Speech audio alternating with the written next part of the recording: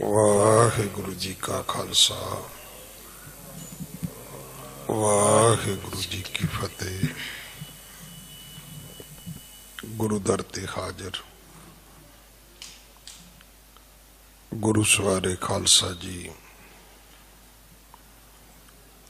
आप जी वडभागे हो जो 8वें पातशाह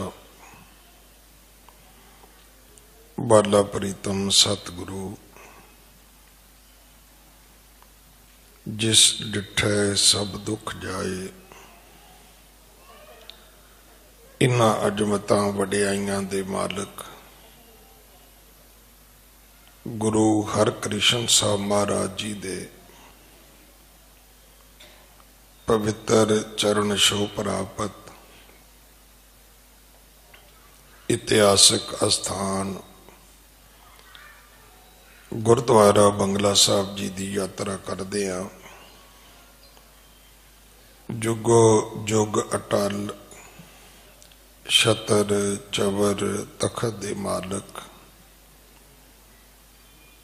धन धन श्री गुरु ग्रंथ साहिब पातशाह महाराज जी दे हजूर मनुखा जीवन दीयां घड़ियां नूं सफला कर रहे हो। सतगुरु सारियां दी यात्रा सफल करन। हुण समा है गुरु दरबार दे निजम अनुसार गुरु इतिहास दी चल रही लड़ीवार कथा दा अपनियां मन बिरतियां इकागर करो, रसना पवित्र कर दे एक बार, सारे उच्चारण करो जी सतनाम वाहे गुरु जी। ये इतिहास पहले पातशाह जाहर पीर जगत गुरु कल तारण आए श्री गुरु नानक देव महाराज जी का है प्रसंग है। सतगुरां दा समेर पर्वत ते जाना, उथे जोगियां दे गुरु गुरु गोरख दे नाल अते जेड़े होर जोगी ने जेड़े सिद्ध ने उन्हां दे नाल जाके भेंट मुलाकात करना।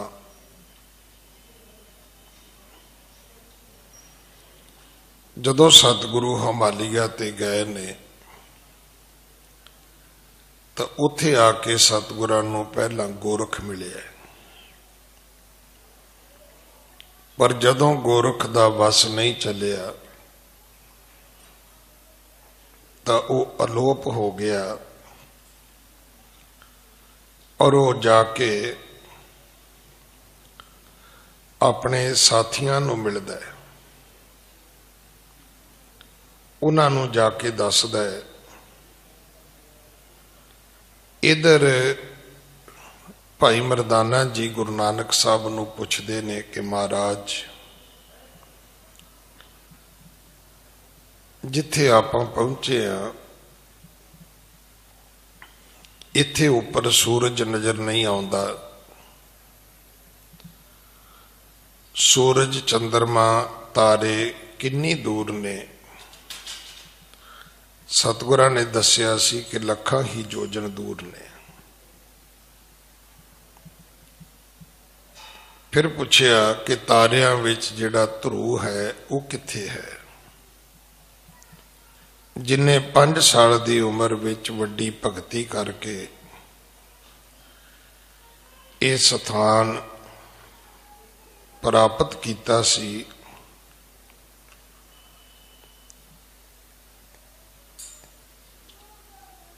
इथों फिर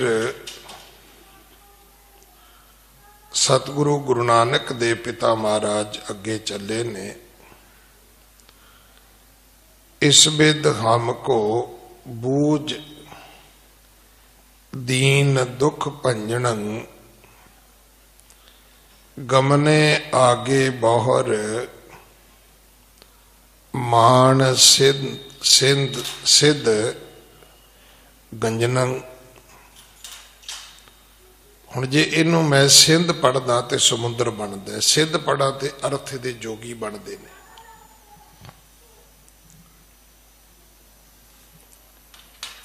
सतगुरु तुरे ने सिद्धां दा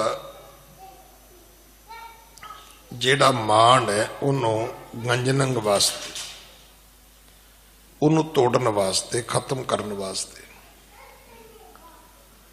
एक पहाड़ पर गए जाए वैसे तब, एक पहाड़ी दे ऊपर सतगुरु जी जदों जाके बिराजे ने, हो ऊना ताको नाम बतायो गुर तब। सतगुरा ने खुद आप दसिया सी मरदाना, इस पहाड़ी का नाम ऊना है। जिवें हिमाचल विच एक ऊना शहर है, पंजाब दे वाले पासियों रोपड़ वालों पहला जिहड़ा डिस्ट्रिक्ट ऊना ही है। ऐसा नाम उस पहाड़ का सी। इथों तक आपने परसों कथा सुनी सी, कल फिर लड़ी वार कथा नूं विराम दिता आपां, क्योंकि कल सतगुरां दा पावन गुरपुरब सी। आओ हुण उसे लड़ी दे नाल दोबारा फिर जुड़ीए। हाँ जी। उत गोरख की सुनो बुलाए सिद्ध सब, हिमालिया ते जोगियां दा गुरु गोरख आया मिलिया। हुण सुनते हुंदे सी असीं पिंडां विच, क्या बात।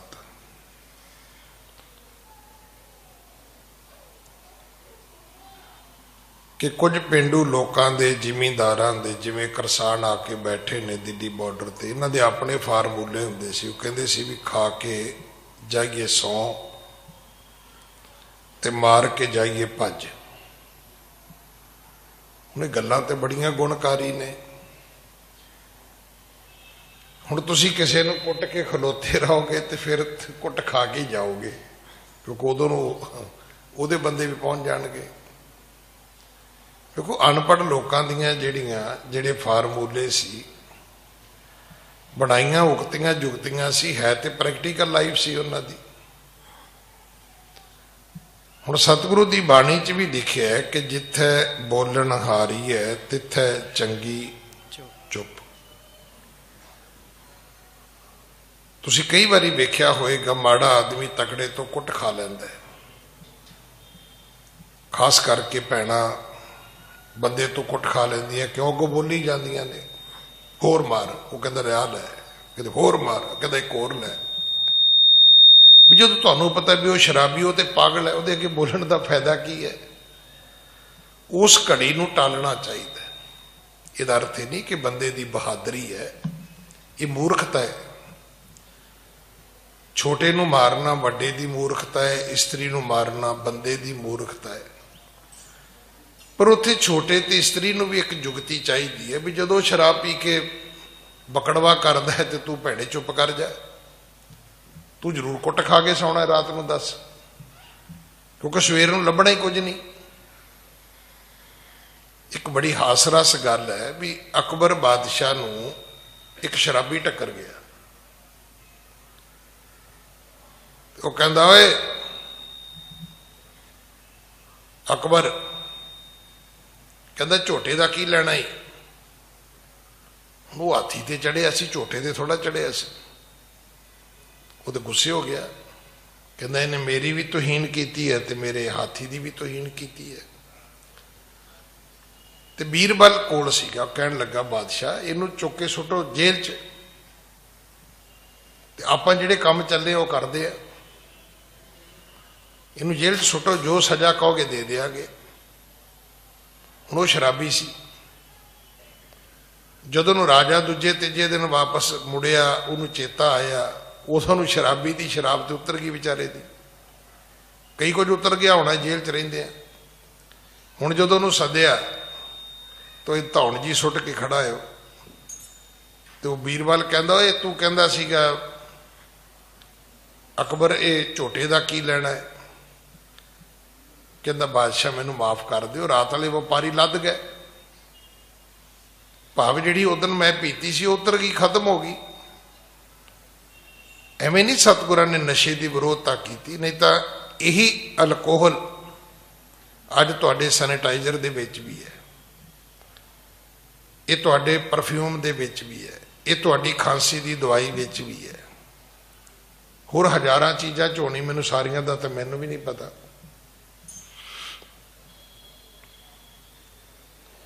ਪਰ ਜਦੋਂ ਤੁਸੀਂ ਇਹਨੂੰ ਇੱਕ ਡਰੱਗ ਦੇ ਤੌਰ ਤੇ ਵਰਤੋਗੇ ਤੇ ਪਾਪ ਹੈ, ਬਹੁਤ ਵੱਡੀ ਪਰਿਵਾਰ ਵਾਸਤੇ ਇੱਕ ਲਾਹਨਤ ਹੈ। ਜਦੋਂ ਇਸ ਕਥਾ ਨੂੰ ਆਪਾਂ ਸੁਣਦੇ ਆ ਕਿ ਸਤਿਗੁਰੂ ਇਹਨਾਂ ਜੋਗੀਆਂ ਦਾ ਹੰਕਾਰ ਤੋੜਨ ਵਾਸਤੇ ਤੁਰੇ ਸਨ, ਸਤਿਗੁਰੂ ਇੱਕ ਪਹਾੜ ਤੇ ਜਾ ਕੇ ਬੈਠ ਗਏ, ਉਹਦਾ ਨਾਂ ਸੀ ਊਨਾ। ਹੁਣ ਦੂਜੇ ਪਾਸੇ ਕਥਾ ਜਿਹੜੀ ਹੈ ਉਹ ਗੋਰਖ ਦੀ ਹੈ। ਗੋਰਖ ਸਤਿਗੁਰੂ ਜੀ ਨੂੰ ਮਿਲਿਆ ਹਿਮਾਲਿਆ ਤੇ, ਪਰ ਜਦੋਂ ਉਹਨੇ ਵੇਖਿਆ ਵੀ ਮੇਰੀ ਤੇ ਵੱਸ ਚੱਲਦੀ ਨਹੀਂ, ਤਾਂ ਬੈਠਾ ਬੈਠਾ ਹੀ ਲੋਪ ਹੋ ਗਿਆ। ਜਿਵੇਂ ਮੈਂ ਤੁਹਾਡੇ ਅੱਗੇ ਬੈਠਾ ਤੇ ਹੁਣੇ ਮੈਂ ਤੁਹਾਨੂੰ ਦਿਸਣੋਂ ਹਟ ਜਾਵਾਂ, ਇਦਾਂ ਦੀ ਸ਼ਕਤੀ ਜੋਗੀਆਂ ਦੇ ਗੁਰੂ ਗੋਰਖ ਦੇ ਕੋਲ ਸੀ। ਦੇਖੋ ਨਾ, ਅਸੀਂ ਤਾਂ ਉਹਨਾਂ ਮਗਰ ਤੁਰਦੇ ਆ ਜਿਹੜੇ ਆਟੇ ਨੂੰ ਫੂਕਾ ਮਾਰਦੇ ਨੇ, ਇੱਥੇ ਇਹੋ ਜਿਹੇ ਬੰਦੇ ਮਗਰ ਵੀ ਨਹੀਂ ਤੁਰਨਾ ਤੁਸੀਂ। ਜਦੋਂ ਗੁਰੂ ਨਾਨਕ ਦੇ ਘਰ ਆਉਣਾ ਹੈ ਤੇ ਗੁਰੂ ਨਾਨਕ ਦੀ ਸ਼ਕਤੀ ਨੂੰ ਪਹਿਲਾਂ ਸਮਝਣਾ ਹੈ। ਤੁਸੀਂ ਜਿਸ ਦਰ ਤੇ ਆਏ ਹੋ, ਇੱਥੇ ਕੋਈ ਭੂਤ ਪ੍ਰੇਤ ਜਮਦੂਤ ਤੁਹਾਡੇ ਨੇੜੇ ਨਹੀਂ ਆਏਗਾ, ਬਸ਼ਰਤ ਤੁਸੀਂ ਗੁਰੂ ਨਾਨਕ ਦੇ ਹੋ ਜਾਓ ਤੇ ਗੁਰੂ ਨਾਨਕ ਤੁਹਾਨੂੰ ਆਪਣਾ ਬਣਾ ਲਵੇ। ਇਹਦੀ ਵੈਰੀਫਿਕੇਸ਼ਨ ਬੜੀ ਜ਼ਰੂਰੀ ਹੈ। ਤੁਸੀਂ ਵੇਖਿਆ ਨਾ, ਮੋਬਾਈਲ ਫੋਨ ਲੈ ਲਓ, ਸਿਮ ਵੀ ਲੈ ਲਓ, ਨਵੀਂ ਪਾ ਵੀ ਲਓ, ਨੈਟਵਰਕ ਆ ਵੀ ਜਾਵੇ ਤਾਂ ਚੱਲਦੀ ਨਹੀਂ ਹੈ। ਉਹ ਵੀ ਕਹਿੰਦੇ ਪਹਿਲਾਂ ਵੈਰੀਫਿਕੇਸ਼ਨ ਕਰੋ ਤੂੰ ਕੌਣ ਹੈ। ਜਿੰਨਾ ਚਿਰ ਗੁਰੂ ਦੇ ਘਰ ਵਿੱਚ ਸਾਡੀ ਜਾਣ ਪਹਿਚਾਣ ਨਹੀਂ ਬਣਦੀ, ਸਾਨੂੰ ਸੱਚੇ ਬਾਦਸ਼ਾਹ ਦੇ ਘਰ 'ਚ ਥਾਂ ਨਹੀਂ ਮਿਲਦੀ, ਉਹਨਾਂ ਚਿਰ ਇਹ ਕਰਾਮਾਤਾਂ ਨਹੀਂ ਵਰਤਦੀਆਂ। ਤੇ ਜਦੋਂ ਬਣ ਗਈ ਫਿਰ ਤਾਤੀ ਵਾਓ ਨਾ, ਫਿਰ ਤੁਹਾਨੂੰ ਤੱਤੀ ਹਵਾ ਨਹੀਂ ਲੱਗੇਗੀ। ਤਾਤੀ ਵਾਓ ਨਾ ਲਾਗਈ, ਪਾਰ ਬ੍ਰਹਮ ਸ਼ਰਨਾਈ, ਚੌਗਿਰਦ ਹਮਾਰੇ ਰਾਮਕਾਰ, ਦੁੱਖ ਲੱਗੇ ਨਾ ਪਾਈ। ਸਤਿਗੁਰ ਪੂਰਾ ਭੇਟਿਆ, ਜਿਨ ਬਣਤ ਬਣਾਈ, RAM ਨਾਮ ਔਖਦ ਦੀਆ, ਏਕਾ ਲਿਵ ਲਾਈ। ਹੁਣ ਇਹ ਜਿਹੜਾ ਗੋਰਖ ਸੀ ਇਹ ਉਥੋਂ ਅਲੋਪ ਹੋਇਆ, ਉੱਡਿਆ ਹਵਾ ਦੇ ਵੇਗ, ਇਹ ਉੱਥੇ ਪਹੁੰਚ ਗਿਆ ਜਿੱਥੇ ਬਾਕੀ ਇਹਦੇ ਸਿੱਧ ਚੇਲੇ ਬੈਠੇ ਸੀ, ਜਿੱਥੇ ਇਹਦਾ ਆਪਣਾ ਪਰਿਵਾਰ ਬੈਠਾ ਸੀ। ਹੁਣ ਇਹ ਕਵੀ ਜੀ ਨੇ ਉੱਥੋਂ ਦੀ ਕਥਾ ਸ਼ੁਰੂ ਕੀਤੀ ਹੈ, ਇੱਥੋਂ ਹੀ ਅੱਜ ਲੜੀ ਆਰੰਭ ਹੋਣੀ ਹੈ। ਆਪ ਜੀ ਬੜੇ ਪਿਆਰ ਦੇ ਨਾਲ ਸਰਵਣ ਕਰੋ। ਹਾਂਜੀ। ਬੈਠੇ ਮਜਲਸ ਲਾਏ, ਕੀਏ ਆਸਣ ਤਬੈ, ਉਤ ਗੋਰਖ ਕੀ ਸੁਣੋ, ਬੁਲਾਏ ਸਿੱਧ ਸਭੇ। ਗੁਰੂ ਗੋਰਖ ਦੀ ਸੁਣੋ, ਜਿਹੜਾ ਜੋਗੀਆਂ ਦਾ ਗੁਰੂ ਹੈ, ਸਾਡਾ ਗੁਰੂ ਨਹੀਂ ਹੈ, ਉਹ ਜੋਗੀਆਂ ਦਾ ਗੁਰੂ ਹੈ। ਜੋਗੀਆਂ ਨੂੰ ਮੁਬਾਰਕ ਹੈ। ਆਪਾਂ ਕਿਉਂ ਕਹੀਏ ਵੀ ਜੋਗੀਆਂ ਦਾ ਗੁਰੂ ਕਿਉਂ ਹੈ ਜੀ? ਸਾਨੂੰ ਤੇ ਇਦਾਂ ਦੀਆਂ ਤਕਲੀਫਾਂ ਬੜੀਆਂ ਨੇ ਨਾ। ਹੁਣ ਜਿਵੇਂ ਗੁਆਂਢੀਆਂ ਦੀ ਕੋਠੀ ਹੈ, ਇਹ ਗੁਆਂਢੀਆਂ ਦੀ ਕੋਠੀ ਕਿਉਂ ਹੈ? ਵੀ ਤੂੰ ਆਪਣਾ ਪਲਸਤਰ ਵੇਖ ਵੀ ਡਿੱਗ ਡੁੱਗ ਤੇ ਨਹੀਂ ਪਿਆ, ਤੂੰ ਆਪਣਾ ਵੇਖ ਥੱਲੇ ਫਰਸ਼ ਤੇ ਨਹੀਂ ਟੁੱਟ ਗਿਆ, ਤੂੰ ਆਪਣੀਆਂ ਪਾਈਪਾਂ ਵੇਖ ਪਾਣੀ ਦੀਆਂ ਵੀ ਕਿਤੇ ਉਹ ਤੇ ਨਹੀਂ ਚੁਰ ਚੁਰ ਕਰਦੀਆਂ। ਸਾਨੂੰ ਤਕਲੀਫ ਹੈ ਗੁਆਂਢੀਆਂ ਦੀ ਕੋਠੀ ਕਿਉਂ ਹੈ? ਕਿਸੇ ਦਾ ਧਰਮ ਉਹਨੂੰ ਮੁਬਾਰਕ ਹੈ, ਉਹਦੇ ਪੀਰ ਪੈਗੰਬਰ ਉਹਨੂੰ ਮੁਬਾਰਕ ਨੇ।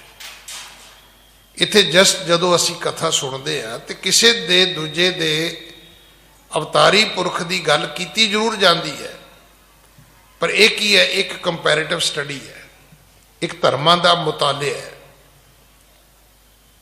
ਇੱਥੇ ਉਹਦੀ ਹੋਂਦ ਤੋਂ ਇਨਕਾਰ ਕਰਨ ਵਾਲੀ ਗੱਲ ਜਾਂ ਉਹਨੂੰ ਨਾ ਮੰਨਣ ਵਾਲੀ ਗੱਲ ਕਿ ਅਸੀਂ ਨਹੀਂ ਮੰਨਦੇ ਜੀ ਗੁਰੂਆਂ ਦੇ, ਜੋਗੀਆਂ ਦੇ, ਗੋਰਖ ਗੁਰੂ ਨੂੰ।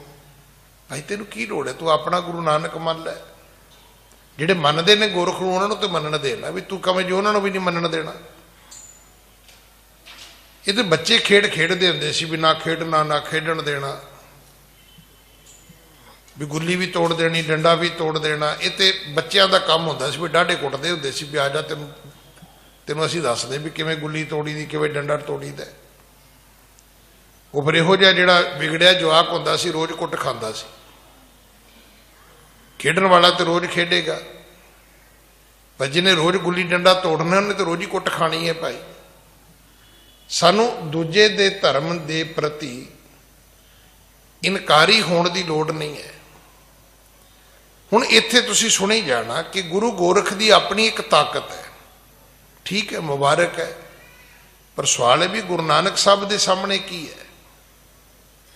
ਜਦੋਂ ਸਿੱਧ ਗੋਸ਼ਟ ਤੁਸੀਂ ਸੁਣੋਗੇ ਫਿਰ ਆਪ ਜੀ ਨੂੰ ਪਤਾ ਲੱਗੇਗਾ ਕਿ ਜੋਗੀਆਂ ਦੇ ਗੁਰੂ ਗੋਰਖ ਨੇ ਜਾ ਕੇ ਸਿੱਧ ਬੁਲਾ ਲਏ। ਸਿੱਧ ਬੁਲਾਉਣ ਦਾ ਭਾਵੇਂ ਉਹਨੇ ਕੋਈ ਮੀਟਿੰਗ ਕਾਲ ਕਰ ਲਈ। ਅਗਰ ਅੱਜ ਦੇ ਸ਼ਬਦ ਬੋਲੀਏ ਤੇ ਉਹਨੇ ਸਾਰੇ ਜੋਗੀ ਜਿਹੜੇ ਸੀ ਉਹ ਇਕੱਠੇ ਕਰ ਲਏ। ਬੈਠੇ ਮਜਲਸ ਲਾਏ ਕੀਏ ਆਸਣ ਤਬੇ, ਸਾਰੇ ਮਜਲਸ ਲਾ ਕੇ ਬਹਿ ਗਏ, ਆਪਣਾ ਆਪਣਾ ਆਸਨ ਉਹਨਾਂ ਨੇ ਗ੍ਰਹਿਣ ਕਰ ਲਿਆ। ਜਿਹੋ ਜਿਹੋ ਜੀ ਕਿਸੇ ਦੀ ਪਦਵੀ ਸੀ, ਪਦਤੀ ਸੀ, ਉਹ ਆਪਣੀ ਆਪਣੀ ਥਾਂ ਤੇ ਯੋਗਤਾ ਦੇ ਅਨੁਸਾਰ ਬਹਿ ਗਏ। ਹਾਂਜੀ। ਕਿਹ ਪਰ ਹੈ ਮ੍ਰਿਗ ਚਰਮ ਸਿੰਘ ਕੋ ਕਹਿ ਲਿਓ। ਕਿਸੇ ਨੇ ਹਿਰਨ ਦੀ ਖੱਲ ਦੇ ਕੱਪੜੇ ਪਾਏ ਹੋਏ ਨੇ, ਹਿਰਨ ਦੀ ਖੱਲ ਧਾਰਨ ਕੀਤੀ ਹੋਈ ਹੈ, ਮਿਰਗ ਚਰਮ ਚਮੜੀ। ਸਿੰਘ ਕੋ ਕਹਿ ਲਿਓ, ਕਿਸੇ ਨੇ ਸ਼ੇਰ ਦੀ ਖੱਲ ਧਾਰਨ ਕੀਤੀ ਹੋਈ ਹੈ। ਕਿ ਖਿੰਤਾ ਗਰ ਪਹਿਰ ਜਾਏ ਰੰਗ ਬਹੁ ਕੀਓ, ਤੇ ਕੋਈ ਐਸਾ ਵੀ ਹੈ ਕਿ ਜਿਨੇ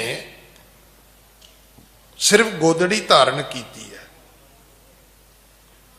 ਤੇ ਇਸ ਤਰ੍ਹਾਂ ਕਈ ਉਹ ਵੀ ਨੇ ਰੰਗ ਬਹੁ ਕੀਏ, ਵੱਖਰੇ ਵੱਖਰੇ ਪਹਿਰਾਵੇ ਜਿਹੜੇ ਨੇ ਉਹਨਾਂ ਜੋਗੀਆਂ ਨੇ ਪਾਏ ਨੇ। ਫਟਕ ਮੁਦਰਾ ਪਹਿਰ ਚੀਰ ਦਵਹਿ ਕਾਣ ਹੋ। ਫਟਕ, ਫਟਕ ਕਹਿੰਦੇ ਨੇ ਸ਼ੀਸ਼ੇ ਨੂੰ।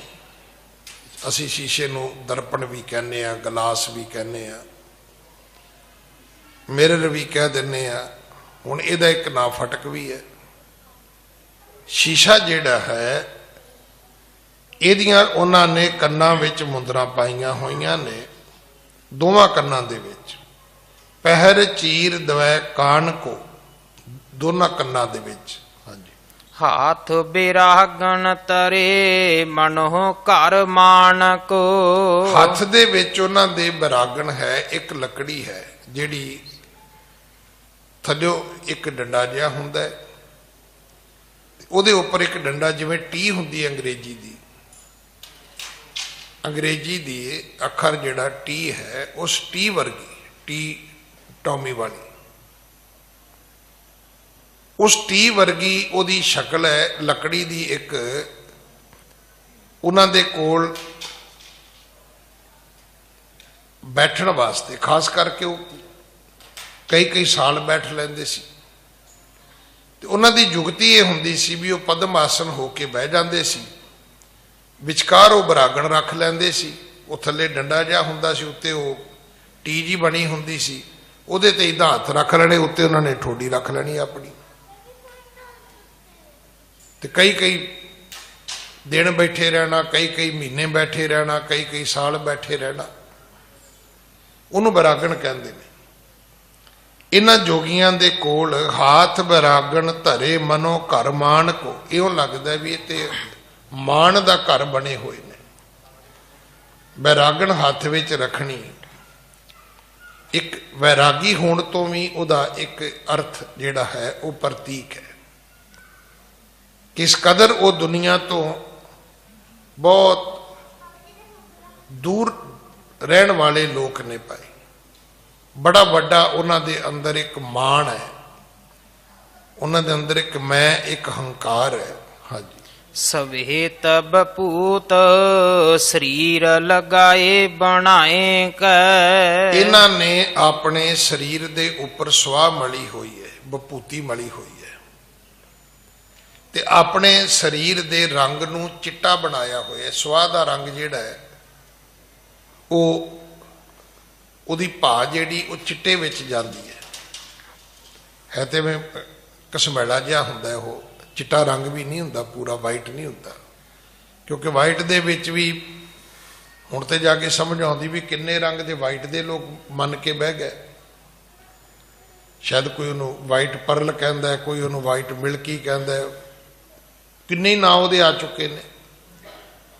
ਹੁਣ ਇਹਨਾਂ ਸਾਰਿਆਂ ਨੇ ਆਪਣੇ ਸਰੀਰ ਦੇ ਉੱਤੇ ਵਿਭੂਤੀ ਮਲੀ ਹੈ।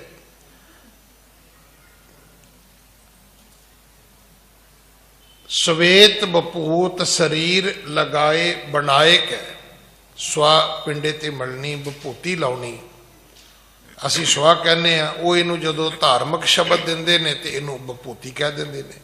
ਹਾਂਜੀ।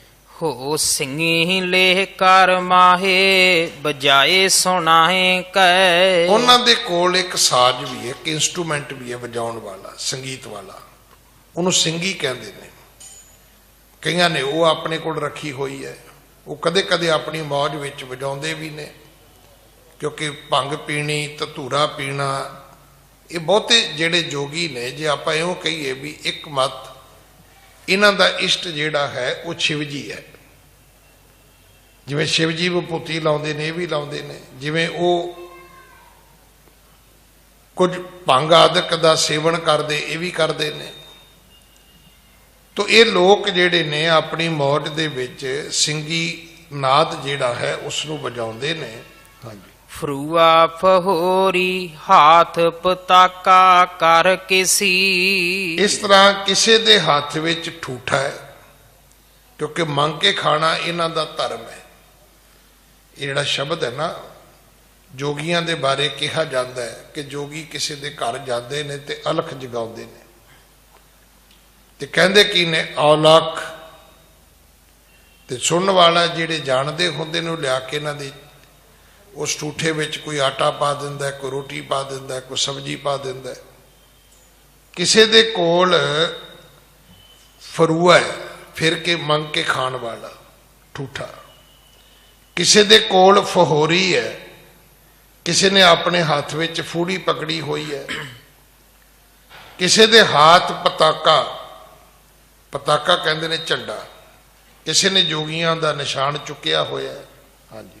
ਕਿਹ ਸੇਲੀ ਗਰ ਪਾਏ ਕੋ ਪੀਨੈ ਕਟ ਕਸੀ, ਕੋਈ ਜੋਗੀ ਬਿਲਕੁਲ ਹੀ ਨੰਗਾ ਹੈ, ਕਿਸੇ ਜੋਗੀ ਨੇ ਆਪਣੇ ਲੱਕ ਦੇ ਨਾਲ ਲੰਗੋਟੀ ਲਾਈ ਹੋਈ, ਆਪਣਾ ਨਗੇਜ ਢੱਕਿਆ ਹੋਇਆ। ਕੋਈ ਜੋਗੀ ਉਹ ਵੀ ਹੈ ਜਿਹਨੇ ਗਲ ਵਿੱਚ ਸੇਲੀ ਇੱਕ ਕੱਪੜਾ ਵੀ ਪਾਇਆ ਹੋਇਆ ਹੈ। ਹਾਂਜੀ। ਮੂਸ਼ੈ ਸ਼ਮਸ਼ ਵਿਸਾਲ ਸੀਸ ਮੁੰਡਤ ਕਰੇ, ਕਈ ਐਸੇ ਜੋਗੀ ਨੇ ਜਿਨ੍ਹਾਂ ਦੇ ਸਿਰ ਮੁੰਨੇ ਹੋਏ ਨੇ ਤੇ ਦਾੜੀ ਤੇ ਮੁੱਛਾਂ ਦੇ ਵਾਲ ਹੈਗੇ, ਉਹ ਵੱਡੇ ਵੱਡੇ ਨੇ। ਹੁਣ ਪਤਾ ਨਹੀਂ ਇਹ ਸਮੇਰ ਪਰਬਤ ਤੇ ਰਹਿੰਦੇ ਸੀ ਉਦੋਂ, ਉੱਥੇ ਫਿਰ ਇਹਨਾਂ ਨੂੰ ਸਵਾਹ ਕਿੱਥੋਂ ਮਿਲਦੀ ਹੋਏਗੀ, ਪਰ ਸਵਾਹ ਮਲਦੇ ਨੇ। ਉਹਨਾਂ ਦੇ ਕੇਸ, ਸਿਰ ਵਾਲੇ ਕੇਸ ਕੌਣ ਕੱਟਦਾ ਹੋਏਗਾ, ਕੀ ਜੰਤਰ ਉਸ ਵੇਲੇ ਅਵੇਲੇਬਲ ਹੋਣਗੇ, ਇਹਦਾ ਇੱਥੇ ਜ਼ਿਕਰ ਨਹੀਂ ਹੈਗਾ, ਪਰ ਇਸ ਤਰ੍ਹਾਂ ਦੇ ਉਹਨਾਂ ਦੇ ਭੇਖ ਨੇ। ਹਾਂਜੀ। ਹੋ ਝੋਰੀ ਕੰਦੇ ਪਾਏ ਸੁਭਿਖਿਆ ਹਿਤ ਤਰੇ, ਇਸ ਤਰ੍ਹਾਂ ਕਿਸੇ ਦੀਆਂ ਮੁੱਛਾਂ ਨੇ, ਕਿਸੇ ਦੀ ਦਾੜੀ ਹੈ, ਕਿਸੇ ਦੇ ਸਿਰ ਦੇ ਵਾਲ ਕੱਟੇ ਹੋਏ ਨੇ, ਕਿਸੇ ਨੇ ਝੋਲੀ ਮੋਢੇ ਤੇ ਪਾਈ ਹੈ, ਹੋ ਝੋਰੀ ਕੰਧੇ ਪਾਏ ਸੋ ਭਿਖਿਆ ਹਿਤ ਧਰੇ। ਮੋਢੇ ਤੇ ਝੋਲੀ ਪਾ ਕੇ ਹੱਥ 'ਚ ਖੱਫਰ ਲੈ ਕੇ ਠੂਠਾ ਲੈ ਕੇ ਤੇ ਮੰਗਣ ਚਾਹੁੰਦੇ ਸੀ ਰੋਜ਼। ਭਿਖਿਆ ਮੰਗਣੀ, ਭਿਕਸ਼ੂ ਹੋਣਾ, ਇਹ ਵੀ ਇਹਨਾਂ ਦਾ ਇੱਕ, ਇਹਨਾਂ ਦੀ ਰਹਿਤ ਜਿਹੜੀ ਹੈ ਜਾਂ ਇਹਨਾਂ ਦੀ ਜਿਹੜੀ ਮਰਿਆਦਾ, ਉਹਦੇ ਵਿੱਚ ਉਹਦਾ ਵੀ ਇੱਕ ਹਿੱਸਾ ਹੈ। ਇਹ ਮੰਗ ਖਾਣਾ ਮਾੜਾ ਨਹੀਂ ਸਮਝਦੇ। ਮੈਂ ਕੱਲ ਬੇਨਤੀ ਕੀਤੀ ਸੀ ਨਾ ਕਿ ਗੁਰੂ ਨਾਨਕ ਨੇ ਸਾਨੂੰ 3 ਸਿਧਾਂਤ ਦਿੱਤੇ ਨੇ। ਉਹਦੇ 'ਚ ਇੱਕ ਗੱਲ ਮੈਂ ਕੱਲ ਅਕਸਰ ਬੋਲਦਾ ਤਾਂ ਸੀ ਪਰ ਕੱਲ ਭੁੱਲ ਗਿਆ ਕਿ ਇੱਕ ਸਿਧਾਂਤ ਦਿੱਤਾ ਗੁਰੂ ਨਾਨਕ ਸਾਹਿਬ ਨੇ, ਕਿਰਤ ਕਰਨੀ। ਤੇ ਮੈਂ ਕੱਲ ਇੱਥੇ ਦੇ 2 ਵਾਰੀ 3 ਵਾਰੀ ਬੋਲ ਗਿਆ ਵੀ ਜਿਹੜਾ ਕਿਰਤੀ ਹੁੰਦਾ ਹੈ ਉਹ ਚੋਰੀ ਨਹੀਂ ਕਰਦਾ ਜਾਂ ਮੰਗ ਕੇ ਨਹੀਂ ਖਾਂਦਾ। ਇੱਕ ਸ਼ਬਦ ਉਹਦੇ ਲਈ ਇਸ ਤੋਂ ਵੀ ਪਹਿਲਾਂ ਸੀ, ਕਿਰਤੀ ਆਦਮੀ ਕਿਸੇ ਨੂੰ ਲੁੱਟਦਾ ਵੀ ਨਹੀਂ ਹੈ। ਉਹਨੂੰ ਲੁੱਟਣਾ ਕਾਹਦੇ ਲਈ ਹੈ? ਆਪਣਾ ਘਰ ਭਰਨ ਲਈ। ਕਿਰਤੀ ਨੂੰ ਕੀ ਲੋੜ ਹੈ? ਨਾ ਕਿਰਤੀ ਲੁਟੇਰਾ ਹੈ, ਨਾ ਕਿਰਤੀ ਮੰਗਤਾ ਹੈ। ਪਰ ਜੋਗੀ ਜਿਹੜੇ ਨੇ ਉਹਨਾਂ ਦੇ ਵਿੱਚ ਇੱਕ ਮੱਧ ਹੈ ਕਿ ਉਹ ਕੰਮ ਤਾਂ ਕਰਦੇ ਹੀ ਨਹੀਂ। ਘਰ ਛੱਡਣਾ ਉਹਨਾਂ ਦੀ ਪਹਿਲੀ ਕੰਡੀਸ਼ਨ ਹੈ, ਪਹਿਲੀ ਸ਼ਰਤ ਹੀ ਹੈ ਵੀ ਘਰ ਛੱਡੋ। ਤੇ ਗੁਰੂ ਨਾਨਕ ਸਾਹਿਬ ਦੀ ਪਹਿਲੀ ਸ਼ਰਤ ਹੀ ਹੈ ਵੀ ਵਿਆਹ ਕਰਾਓ, ਘਰ ਬਣਾਓ ਭਾਈ। ਹੋਏ ਅਤੀਤ ਗ੍ਰਸਤ ਤਜ, ਫਿਰ ਉਹਨ ਕਹਿ ਘਰ ਮੰਗਣ ਜਾਈ। ਪਹਿਲਾਂ ਘਰ ਛੱਡ ਦੇਣਾ ਤੇ ਫਿਰ ਗ੍ਰਸਤੀਆਂ ਦੇ ਘਰ ਜਾ ਕੇ ਰੋਟੀਆਂ ਤੇ ਸਬਜ਼ੀ ਮੰਗਣੀ। ਸਤਿਗੁਰੂ ਕਹਿੰਦੇ ਤੁਹਾਨੂੰ ਲੱਜਾ ਨਹੀਂ ਆਉਂਦੀ ਭਾਈ?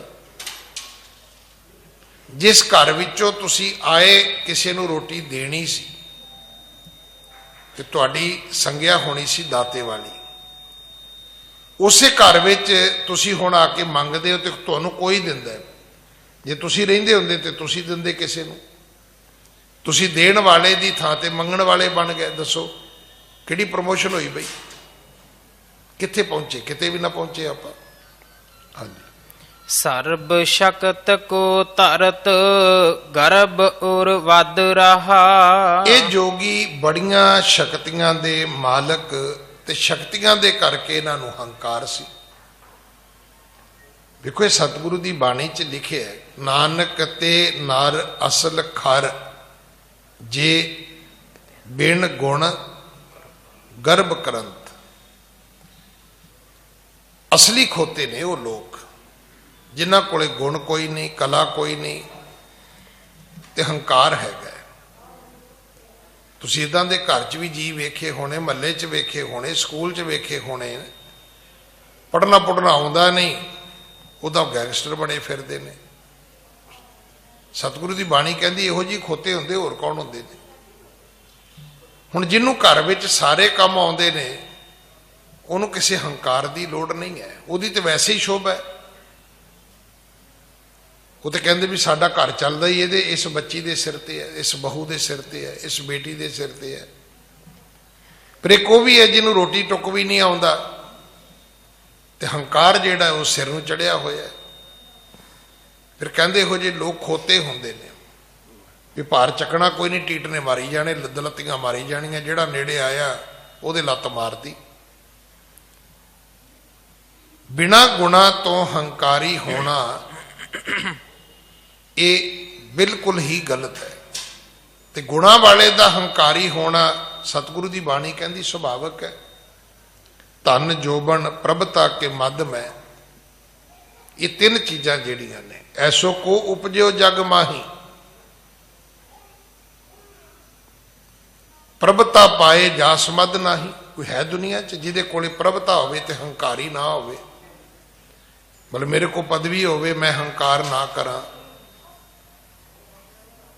ਉਹ ਤਾਂ ਫਿਰ ਰੱਬ ਹੀ ਹੋ ਗਿਆ ਕੋਈ। ਮੇਰੇ ਵਰਗਾ ਤਾਂ ਜ਼ਰੂਰ ਕਰੇਗਾ। 4 ਪੈਸੇ ਹੋਣ ਤੇ ਮੈਂ ਪੈਸਿਆਂ ਦਾ ਹੰਕਾਰ ਨਾ ਕਰਾਂ, ਫਿਰ ਉਹ ਤੇ ਭਾਈ ਕੋਈ ਰੱਬ ਹੀ ਹੋ ਸਕਦਾ।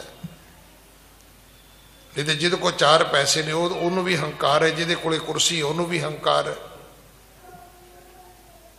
ਕੁਰਸੀ ਤੇ ਬੈਠਾ ਬੰਦਾ ਹੰਕਾਰ ਨਹੀਂ ਕਰੇਗਾ ਤੇ ਪੈਰਾਂ ਭਰ ਬਹਿ ਕੇ ਥੋੜਾ ਕਰੇਗਾ। ਜਿਹਦੇ ਕੋਲੇ ਸ਼ਕਤੀ ਹੈ ਉਹ ਹੰਕਾਰੀ ਹੋਵੇ ਤੇ ਸੁਭਾਵਕ ਹੈ, ਪਰ ਜੇ ਨਾ ਹੋਵੇ ਤੇ ਫਿਰ ਰੱਬ ਹੈ। ਵੇਖੋ ਕਿੰਨੀ ਵੱਡੀ ਗੱਲ ਹੈ। ਅਗਰ ਤੁਹਾਡੇ ਕੋਲ ਕੁਝ ਹੈ ਤੇ ਤੁਹਾਡਾ ਹੰਕਾਰੀ ਹੋਣਾ ਇਹ ਸੁਭਾਵਕ ਹੈ। ਇਹ ਕੁਦਰਤ ਦੇ ਨਿਯਮਾਂ ਦੇ ਵਿੱਚ ਇੱਕ ਦੋਸ਼ ਹੈ ਜਿਹੜਾ ਹਰ ਬੰਦੇ ਵਿੱਚ ਆ ਜਾਂਦਾ ਹੈ, ਪਰ ਜਿਹੜਾ ਇਸ ਦੋਸ਼ ਤੋਂ ਬਚ ਗਿਆ ਉਹ ਤੇ ਪਰਮੇਸ਼ਰ ਰੂਪ ਹੈ, ਰੱਬ ਰੂਪ ਹੈ ਭਾਈ। ਤੋ ਇੱਥੇ ਇਹ ਜੋਗੀ ਲੋਕ ਹੰਕਾਰੀ ਨੇ। ਸਰਬ ਸ਼ਕਤ ਕੋ ਧਰਤ ਗਰਭ ਔਰ ਵੱਧ ਰਹਾ। ਇਹਨਾਂ ਕੋਲ ਸ਼ਕਤੀਆਂ ਨੇ, ਇਸੇ ਕਰਕੇ ਜੋਗੀਆਂ ਦਾ ਹੰਕਾਰ ਵਧੀ ਜਾਂਦਾ ਹੈ, ਵਧੀ ਜਾਂਦਾ ਹੈ, ਵਧੀ ਜਾਂਦਾ ਹੈ। ਹੈ ਕੁਝ ਵੀ ਨਹੀਂ ਇਹਨਾਂ ਕੋਲੇ। ਚੱਜ ਦੇ ਪਾਉਣ ਲਈ ਕੱਪੜੇ ਵੀ ਕੋਈ ਨਹੀਂ, ਰਹਿਣ ਵਾਸਤੇ ਚੰਗਾ ਘਰ ਕੋਈ ਨਹੀਂ, ਖਾਣ ਵਾਸਤੇ ਚੰਗੀ ਰੋਟੀ ਕੋਈ ਨਹੀਂ। ਖਾਂਦੇ ਨੇ ਤੇ ਮੰਗ ਕੇ ਖਾਂਦੇ ਨੇ, ਲਾਉਂਦੇ ਨੇ ਸਰੀਰ ਨੂੰ ਤੇ ਇਹਨਾਂ ਨੇ ਕਿਹੜਾ ਪਰਫਿਊਮ ਲਾਉਣਾ ਹੈ ਜਾਂ ਕਿਤੇ ਚੰਗੇ ਮਹਿੰਗੇ ਕਿਸੇ ਸਾਬਣ ਨਾਲ ਨਹਾਉਣਾ ਹੈ। ਮਲਣੀ ਤੇ ਬਪੂਤੀ ਹੈ, ਸੁਆਹ ਪਿੰਡੇ ਨੂੰ ਮਲੀ ਹੋਈ ਹੈ। ਪਰ ਹੰਕਾਰ ਕਿਸ ਗੱਲ ਦਾ? ਸ਼ਕਤੀ ਬੜੀ ਹੈ, ਕਰਾਮਾਤਾਂ ਬੜੀਆਂ ਨੇ, ਉੱਡ ਲੈਂਦੇ ਨੇ, ਛੁਪ ਜਾਂਦੇ ਨੇ, ਹੰਕਾਰੀ ਨੇ। ਹਾਂਜੀ। ਛਿਨ ਮਹਿ ਉੱਡ ਕਰ ਜਾਏ, ਹਿਰਦੈ ਤ੍ਰਿਟ ਹਵੈ ਜਹਾਂ। ਇਹ ਛਿਣ ਮਾਤਰ ਸਮੇਂ ਦੇ ਵਿੱਚ ਉੱਥੇ ਚਲੇ ਜਾਂਦੇ ਨੇ ਜਿੱਥੇ ਇੱਛਾ ਹੋਵੇ। ਹੁਣ ਇੱਛਾ ਸ਼ਕਤੀ ਦੇ ਨਾਲ ਇਹਨਾਂ ਦੀ ਇਹ ਰਫਤਾਰ ਹੈ। ਹੁਣ ਇੱਛਾ ਤੇ ਸਾਡੀਆਂ ਤੇ ਕਮਾਲ ਦੀਆਂ ਹੀ ਨੇ ਭਾਈ। ਅਸੀਂ ਤੇ ਚਾਹੁੰਦੇ ਹਾਂ ਬੈਠਾ ਬੈਠਾ ਬੰਦਾ ਕਿਤੇ ਦਾ ਕਿਤੇ ਪਹੁੰਚ ਜਾਏ। ਇਹ ਪਹੁੰਚ ਜਾਂਦੇ ਸੀ, ਇਹਨਾਂ ਕੋਲੇ ਸ਼ਕਤੀ ਸੀ। ਹਾਂਜੀ। ਅਣ ਸਮਾਨ ਹਵੈ ਜਾਣ, ਪਹਾੜ ਸਮਾਨ ਕੋ। ਇਸ ਕਰਕੇ ਇਹ ਆਣ ਸਮਾਨ ਹਵੈ ਜਾਣ, ਪਹਾੜ ਸਮਾਨ ਕੋ ਕਹਿੰਦੇ ਹੈਗੇ ਤੇ ਛੋਟੇ ਜਿਹੇ ਅਣੂ ਨੇ, ਕੀਟਾਣੂ ਨੇ। ਛੋਟਾ ਜਿਹਾ ਇੱਕ ਜੀਵ ਹੈ, ਪਰ ਸਮਝਦੇ ਆਪਣੇ ਆਪ ਨੂੰ ਪਹਾੜ ਨੇ। ਹੁਣ ਇਹਦਾ ਅਰਥ ਇਹ ਤੇ ਨਹੀਂ ਵੀ ਇਹਨਾਂ ਦੀ ਹੋਂਦ ਨਹੀਂ ਹੈ, ਹੋਂਦ ਤੇ ਇਹਨਾਂ ਦੀ ਬੜੀ ਹੈ। ਪਰ ਜਦੋਂ ਰੱਬ ਦੀ ਗੱਲ ਕਰੀਏ ਤੇ ਰੱਬ ਦੇ ਬਰਾਬਰ ਇਹ ਕੁਝ ਵੀ ਨਹੀਂ। ਹੁਣ ਵੇਖੋ ਸਾਡੇ ਇਲਾਕੇ ਦਾ SHO ਹੈ। ਹੁਣ SHO ਦੀ ਕਿੰਨੀ ਸ਼ਕਤੀ ਹੈ, ਆਪਾਂ ਮੁੱਕਰ ਸਕਦੇ ਹਾਂ। ਪਰ ਜਦੋਂ DSP ਨੇ ਆ ਜਾਣਾ ਫਿਰ ਉਹ ਵਿਚਾਰਾ ਕੁਰਸੀ ਛੱਡ ਕੇ ਭੱਜਾ ਫਿਰਦਾ ਹੁੰਦਾ ਹੈ। SHO ਦੀ ਸ਼ਕਤੀ ਹੈ, ਪਰ ਜੇ ਉੱਥੇ DSP ਨਾ ਹੋਵੇ ਤਾਂ, ਜੇ ਉੱਥੇ SSP ਨਾ ਹੋਵੇ ਤਾਂ, ਜੇ ਉੱਥੇ DIG IG ਕੋਈ DGP ਨਾ ਹੋਵੇ ਤਾਂ ਫਿਰ ਤੇ ਥਾਣੇਦਾਰ ਹੀ ਰੱਬ ਹੈ। ਤੇ ਜਦੋਂ ਉਤੋਂ ਵੱਡੇ ਅਫਸਰ ਆ ਜਾਣ ਉਹ ਤੇ ਵਿਚਾਰਾ ਗਲਾਸੀਆਂ ਚੁੱਕਦਾ ਫਿਰਦਾ ਹੁੰਦਾ ਹੈ ਵੀ ਸੁਖੀ ਸ਼ਾਂਤੀ ਆਈ ਦਾ ਦਿਨ ਲੰਘ ਜਾਏ। ਸ਼ਕਤੀਆਂ ਉਹਨਾਂ ਕੋਲ ਬਹੁਤ ਨੇ। ਕਵੀ ਜੀ ਜਦੋਂ ਕਹਿੰਦੇ ਨੇ ਵੀ ਉਹਨਾਂ ਦੀ ਇੱਕ ਛੋਟੇ ਜਿਹੇ ਅਣੂ ਜਿੰਨੀ ਪਾਇਆ ਹੈ, ਤਾਂ ਉਹਦਾ ਅਰਥ ਹੈ ਵੀ ਗੁਰੂ ਨਾਨਕ ਦੇ ਸਾਹਮਣੇ, ਸਾਡੇ ਸਾਹਮਣੇ ਨਹੀਂ। ਸਾਡੇ ਸਾਹਮਣੇ ਤੋਂ ਬੈਠੇ ਬਿਠਾਏ ਰੱਬ ਵਰਗੇ ਹੀ ਨੇ ਭਾਈ। ਉਹਨਾਂ ਕੋਲ ਤੇ ਤਾਕਤਾਂ ਨੇ, ਸਾਡੇ ਤੇ ਗ੍ਰਸਤੀਆਂ ਕੋਲ ਕੀ ਹੈ? ਕੁਝ ਵੀ ਨਹੀਂ ਹੈਗਾ। ਉਹ ਇੱਕ ਛੋਟੇ ਜਿਹੇ ਅਣੂ ਦੇ ਸਮਾਨ ਨੇ, ਪਰ ਆਪਣੇ ਆਪ ਨੂੰ ਉਹ ਪਹਾੜ ਸਮਝਦੇ ਨੇ, ਕਿਉਂਕਿ ਉਹ ਆਪਣੇ ਆਪ ਨੂੰ ਹੀ ਜਾਣਦੇ ਨੇ। ਗੁਰੂ ਨਾਨਕ ਸਾਹਿਬ ਨੂੰ ਤਾਂ ਜਾਣਦੇ ਨਹੀਂ ਉਹ। ਹਾਂਜੀ। ਹੋ ਚਾਹੇ ਚਲਾਵੇ ਅਚਲ, ਉੱਡੇ ਅਸਮਾਨ ਕੋ। ਕਿਉਂਕਿ ਉਹ ਚਾਹੁਣ ਤੇ ਜਿਹੜੀ ਚੱਲ ਚੀਜ਼ ਹੈ ਉਹਨੂੰ ਅਚਲ ਕਰ ਦੇਣ, ਜਿਹੜੀ ਅਚਲ ਹੈ ਉਹਨੂੰ ਚਲਾਏਮਾਨ ਕਰ ਦੇਣ, ਜਿਹੜੀ ਖਲੋਤੀ ਉਹਨੂੰ ਤੋੜ ਦੇਣ, ਜਿਹੜੀ ਤੁਰੀ ਜਾਂਦੀ ਉਹਨੂੰ ਖੜਾ ਕਰ ਦੇਣ। ਇਹ ਸ਼ਕਤੀ ਉਹਨਾਂ ਕੋਲ। ਉਡੇ ਅਸਮਾਨ ਕੋ, ਇਹ ਆਪ ਵਸਤਾਂ ਲੈ ਕੇ ਆਕਾਸ਼ ਵਿੱਚ ਉੱਡ ਸਕਦੇ ਨੇ। ਇਹ ਸ਼ਕਤੀ ਉਹਨਾਂ ਦੀ। ਹਾਂਜੀ। ਬਨਨ ਸ਼ੇਰ ਅਰ ਸਰਪ, ਸਰੂਪ ਭਿਆਨਕ। ਸ਼ੇਰ ਬਣ ਜਾਣਾ, ਸੱਪ ਬਣ ਜਾਣਾ, ਡਰਾਉਣਾ ਰੂਪ ਧਾਰਨ ਕਰ ਲੈਣਾ, ਇਹ ਤਾਕਤ ਵੀ ਇਹਨਾਂ ਜੋਗੀਆਂ ਦੇ ਕੋਲ ਹੈਗੀ ਹੈ ਭਾਈ। ਹਾਂਜੀ। ਮਾਨਵ ਸੇਵਕ ਕਰਨ, ਦਿਖਾਏ ਡਰਾਣ ਕੋ। ਇਸ ਤਰ੍ਹਾਂ ਕਈ ਵਾਰੀ ਇਹ ਮਨੁੱਖਾਂ ਨੂੰ ਡਰਾਉਣ ਵਾਸਤੇ ਤੇ ਡਰਾ ਕੇ ਉਹਨਾਂ ਨੂੰ ਮੁਰੀਦ ਬਣਾਉਣ ਵਾਸਤੇ ਆਪਣੀਆਂ ਸ਼ਕਤੀਆਂ ਦੀ ਵਰਤੋਂ ਕਰਦੇ ਨੇ। ਹੁਣ ਵੇਖੋ ਨਾ, ਤੁਸੀਂ ਆਪਣੀ ਸ਼ਕਤੀ ਦੀ ਵਰਤੋਂ ਕੀਤੀ। ਹੁਣ ਪੁਲਿਸ ਵਾਲਾ ਹੈ, ਉਹ ਆਪਣੀ ਗੋਲੀ ਦੀ ਵਰਤੋਂ ਕਰਦਾ ਹੈ। ਹੁਣ ਕਿਸੇ ਵੇਲੇ ਉਹਦੀ ਗੋਲੀ ਕਿੱਡੀ ਵੱਡੀ ਪੁੰਨ ਹੈ। ਜਦੋਂ ਕਿਸੇ ਅੱਤਵਾਦੀ ਨੂੰ ਮਾਰਦਾ, ਕਿਸੇ ਟੈਰੋਰਿਸਟ ਨੂੰ ਮਾਰਦਾ, ਕਿਸੇ ਕ੍ਰਿਮੀਨਲ ਨੂੰ ਮਾਰਦਾ, ਪਰ ਜੇ ਉਹ ਗੋਲੀ ਆਪਣੇ ਸਾਥੀਆਂ ਤੇ ਚਲਾ ਦੇਵੇ, ਉਹ ਗੋਲੀ ਆਪਣੇ ਆਪ ਤੇ ਚਲਾ ਦੇਵੇ, ਆਪਣੀ ਘਰ ਵਾਲੀ ਤੇ ਚਲਾ ਦੇਵੇ, ਅਫਸਰ ਨੇ ਛੁੱਟੀ ਨਹੀਂ ਦਿੱਤੀ ਉਹਦੇ ਤੇ ਚਲਾ ਦੇਵੇ। ਇਹ ਫੌਜ ਵਿੱਚ ਘਟਨਾਵਾਂ ਰੋਜ਼ ਘਟਦੀਆਂ ਨੇ, ਕਿਉਂਕਿ ਸਾਲ ਸਾਲ ਉਹ ਘਰ ਆਏ ਨਹੀਂ ਹੁੰਦੇ, ਖਿਜੇ ਖੜਾਏ ਹੁੰਦੇ ਨੇ। ਅਫਸਰ ਕੋਲ ਛੁੱਟੀ ਮੰਗਣ ਗਏ, ਉਹਨੇ ਦਿੱਤੀ ਨਹੀਂ, ਚੁੱਕੀ ਬੰਦੂਕ ਤੇ ਗੋਲੀ ਮਾਰਤੀ। ਹੁਣ ਉੱਥੇ ਕੀ ਹੈ? ਉੱਥੇ ਪਾਪ ਹੈ। ਅਗਰ ਉਹੀ ਗੋਲੀ ਉਹ ਟੈਰੋਰਿਸਟ ਤੇ ਚਲਾਉਂਦਾ ਹੈ ਤੇ ਪੁੰਨ ਹੈ, ਕਿਸੇ ਅੱਤਵਾਦੀ ਤੇ ਚਲਾਉਂਦਾ ਹੈ ਤੇ ਪੁੰਨ ਹੈ, ਕਿਸੇ ਕ੍ਰਿਮੀਨਲ ਆਦਮੀ ਤੇ ਚਲਾਉਂਦਾ ਹੈ ਤੇ ਬੜਾ ਵੱਡਾ ਪੁੰਨ ਹੈ। ਉਹਦੀ ਡਿਊਟੀ ਹੈ, ਇਸੇ ਕਰਕੇ ਬੰਦੂਕ ਉਹਨੂੰ ਫੜਾਈ ਗਈ ਹੈ, ਪਰ ਗਰੀਬਾਂ ਨੂੰ ਮਾਰਨ ਵਾਸਤੇ ਨਹੀਂ ਹੈ। ਤੋ ਕਵੀ ਜੀ ਇੱਥੇ ਲਿਖਦੇ ਨੇ ਕਿ ਮਾਨਵ ਸੇਵਕ ਕਰਨ ਦਿਖਾਏ ਡਰਾਣ ਕੋ। ਇਹਨਾਂ ਦੀਆਂ ਸ਼ਕਤੀਆਂ ਮਨੁੱਖਾਂ ਨੂੰ ਡਰਾਉਣ ਵਾਸਤੇ ਨੇ ਤੇ ਡਰਾ ਕੇ ਆਪਣੇ ਮੁਰੀਦ ਬਣਾਉਣ ਵਾਸਤੇ ਨੇ। ਇਹ ਲੋਕਾਂ ਨੂੰ ਡਰਾਉਂਦੇ ਨੇ, ਡਰਾ ਕੇ ਜੋਗੀ ਬਣਾਉਂਦੇ ਨੇ। ਔਰੰਗਜ਼ੇਬ ਵੀ ਤੇ ਇਦਾਂ ਹੀ ਕਰਦਾ ਸੀ, ਉਹ ਵੀ ਤਲਵਾਰ ਵਿਖਾ ਕੇ ਮੁਸਲਮਾਨ ਬਣਾਉਂਦਾ ਸੀ। ਮੁਸਲਮਾਨ ਬਣਾਉਣਾ ਕਿਸੇ ਨੂੰ ਗੁਨਾਹ ਨਹੀਂ ਹੈ। ਹੁਣ ਤੁਹਾਡੀ ਕਥਾ ਸੁਣ ਕੇ, ਤੁਹਾਡੇ ਪ੍ਰਵਚਨ ਸੁਣ ਕੇ ਕੋਈ ਆਦਮੀ ਕਵੇ ਮੈਂ ਮੁਸਲਮਾਨ ਬਣਨਾ ਤੇ ਕੌਣ ਡੱਕ ਸਕਦਾ? ਬਣ ਜਾਏ, ਜਿਹਦਾ ਮਨ ਕਰਦਾ ਬਣ ਜਾਏ। ਸਾਡੇ ਕੋਲ ਇੱਥੇ ਬੜੇ ਲੋਕ ਆਉਂਦੇ ਨੇ, ਮੁਸਲਮਾਨ ਵੀ ਆਉਂਦੇ ਨੇ, ਹਿੰਦੂ ਵੀ ਆਉਂਦੇ ਨੇ। ਅਸੀਂ ਗਿਆਨੀ ਜੀ ਸਿੱਖ ਬਣਨਾ, ਬਣ ਜਾਓ ਭਾਈ, ਕੌਣ ਰੋਕਦਾ? ਪਰ ਉਹ ਤਰੀਕਾ ਠੀਕ ਨਹੀਂ ਹੈ ਕਿ ਮੈਂ ਤਲਵਾਰ ਕੱਢ ਲਵਾਂ ਵੀ ਤੂੰ ਭਾਈ ਸਿੱਖ ਬਣ ਤੇ ਪਾਠ ਕਰ। ਨਹੀਂ, ਇਹ ਉਹਦੀ ਆਪਣਾ ਫੈਸਲਾ, ਆਪਣਾ ਵਿਵੇਕ ਹੈ, ਉਹਦੀ ਆਪਣੀ ਮਰਜ਼ੀ ਹੈ, ਉਹਦੀ ਆਪਣੀ ਮੌਜ ਹੈ, ਜੋ ਮਰਜ਼ੀ ਕਰੇ। ਪਰ ਤੁਸੀਂ ਕਿਸੇ ਤਾਕਤ ਦੀ ਵਰਤੋਂ ਕਰਕੇ ਕਿਸੇ ਦਾ ਧਰਮ ਤਬਦੀਲ ਕਰੋ, ਇਹ ਪਾਪ ਹੈ। ਇਹਦੇ ਅੰਗੇਸਟ, ਇਹਦੇ ਵਿਰੁੱਧ ਗੁਰੂ ਤੇਗ ਬਹਾਦਰ ਸਾਹਿਬ ਨੇ ਸ਼ਹਾਦਤ ਦਿੱਤੀ ਹੈ ਕਿ ਜ਼ਬਰਦਸਤੀ ਤੁਸੀਂ ਕਿਸੇ ਨੂੰ ਆਪਣਾ ਧਰਮ ਨਹੀਂ ਠੋ ਸਕਦੇ, ਜ਼ਬਰਦਸਤੀ ਤੁਸੀਂ ਕਿਸੇ ਤੇ ਆਪਣਾ ਧਰਮ ਲਾਗੂ ਨਹੀਂ ਕਰ ਸਕਦੇ। ਮਾਸਟਰ ਤਾਰਾ ਸਿੰਘ ਸਾਡੇ ਯੁੱਗ ਦੇ, ਸਾਡੀ ਸਮੇਂ ਦੇ ਵੱਡੇ ਨੇਤਾ ਹੋਏ ਨੇ। ਉਹ ਆਪ ਕਹਿੰਦੇ ਹੁੰਦੇ ਸੀ, ਉਹ ਹਿੰਦੂ ਪਰਿਵਾਰ ਚੋਂ ਸਿੱਖ ਬਣੇ ਸੀ, ਹਿੰਦੂਆਂ ਚੋਂ ਸਿੱਖ ਬਣੇ ਤੇ ਸਿੱਖਾਂ 'ਚ ਬੜੇ ਵੱਡੇ ਸਿੱਖਾਂ ਦੇ ਲੀਡਰ ਬਣੇ।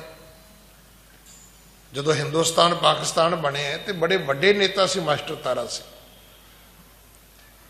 ਜਿਹੜੇ ਫੈਸਲੇ ਹੋਏ ਉਸ ਵੇਲੇ ਅੰਗਰੇਜ਼ਾਂ ਨਾਲ, ਉਹਦੇ ਵਿੱਚ ਬੈਠੇ ਉਹਨਾਂ ਦੇ ਸਿਗਨੇਚਰ ਹੋਏ ਨੇ। ਉਹ ਕਹਿੰਦੇ ਹੁੰਦੇ ਸੀ, ਕਹਿੰਦੇ ਆਪਣੀ ਮਰਜ਼ੀ ਨਾਲ ਤੇ ਮੈਂ ਸੁਖਮਣੀ ਵੀ ਪੜਾਂਗਾ, ਪਰ ਮੈਨੂੰ ਕੋਈ ਡੰਡਾ ਲੈ ਕੇ ਕਵੇ ਵੀ ਤੂੰ ਜਪਜੀ ਪੜ੍ਹ, ਕਹਿੰਦੇ ਮੈਂ ਨਹੀਂ ਪੜਾਂਗਾ। ਵੀ ਮੈਨੂੰ ਕੋਈ ਜ਼ਬਰਦਸਤੀ ਕਵੇ ਵੀ ਤੂੰ ਜਪਜੀ ਦਾ ਪਾਠ ਕਰਨਾ, ਕਹਿੰਦਾ ਬਿਲਕੁਲ ਨਹੀਂ ਕਰਾਂਗਾ। ਪਾਠ ਕਰਨਾ ਮੇਰੀ ਆਪਣੀ ਸ਼ਰਧ ਹੈ, ਮੇਰੀ ਆਪਣੀ ਸਿੱਖੀ ਹੈ, ਮੇਰਾ ਆਪਣਾ ਭਾਵ ਹੈ, ਪਰ ਕੋਈ ਮੈਨੂੰ ਜ਼ਬਰਦਸਤੀ ਕਿਵੇਂ ਪੜ੍ਹਾ ਸਕਦਾ ਹੈ?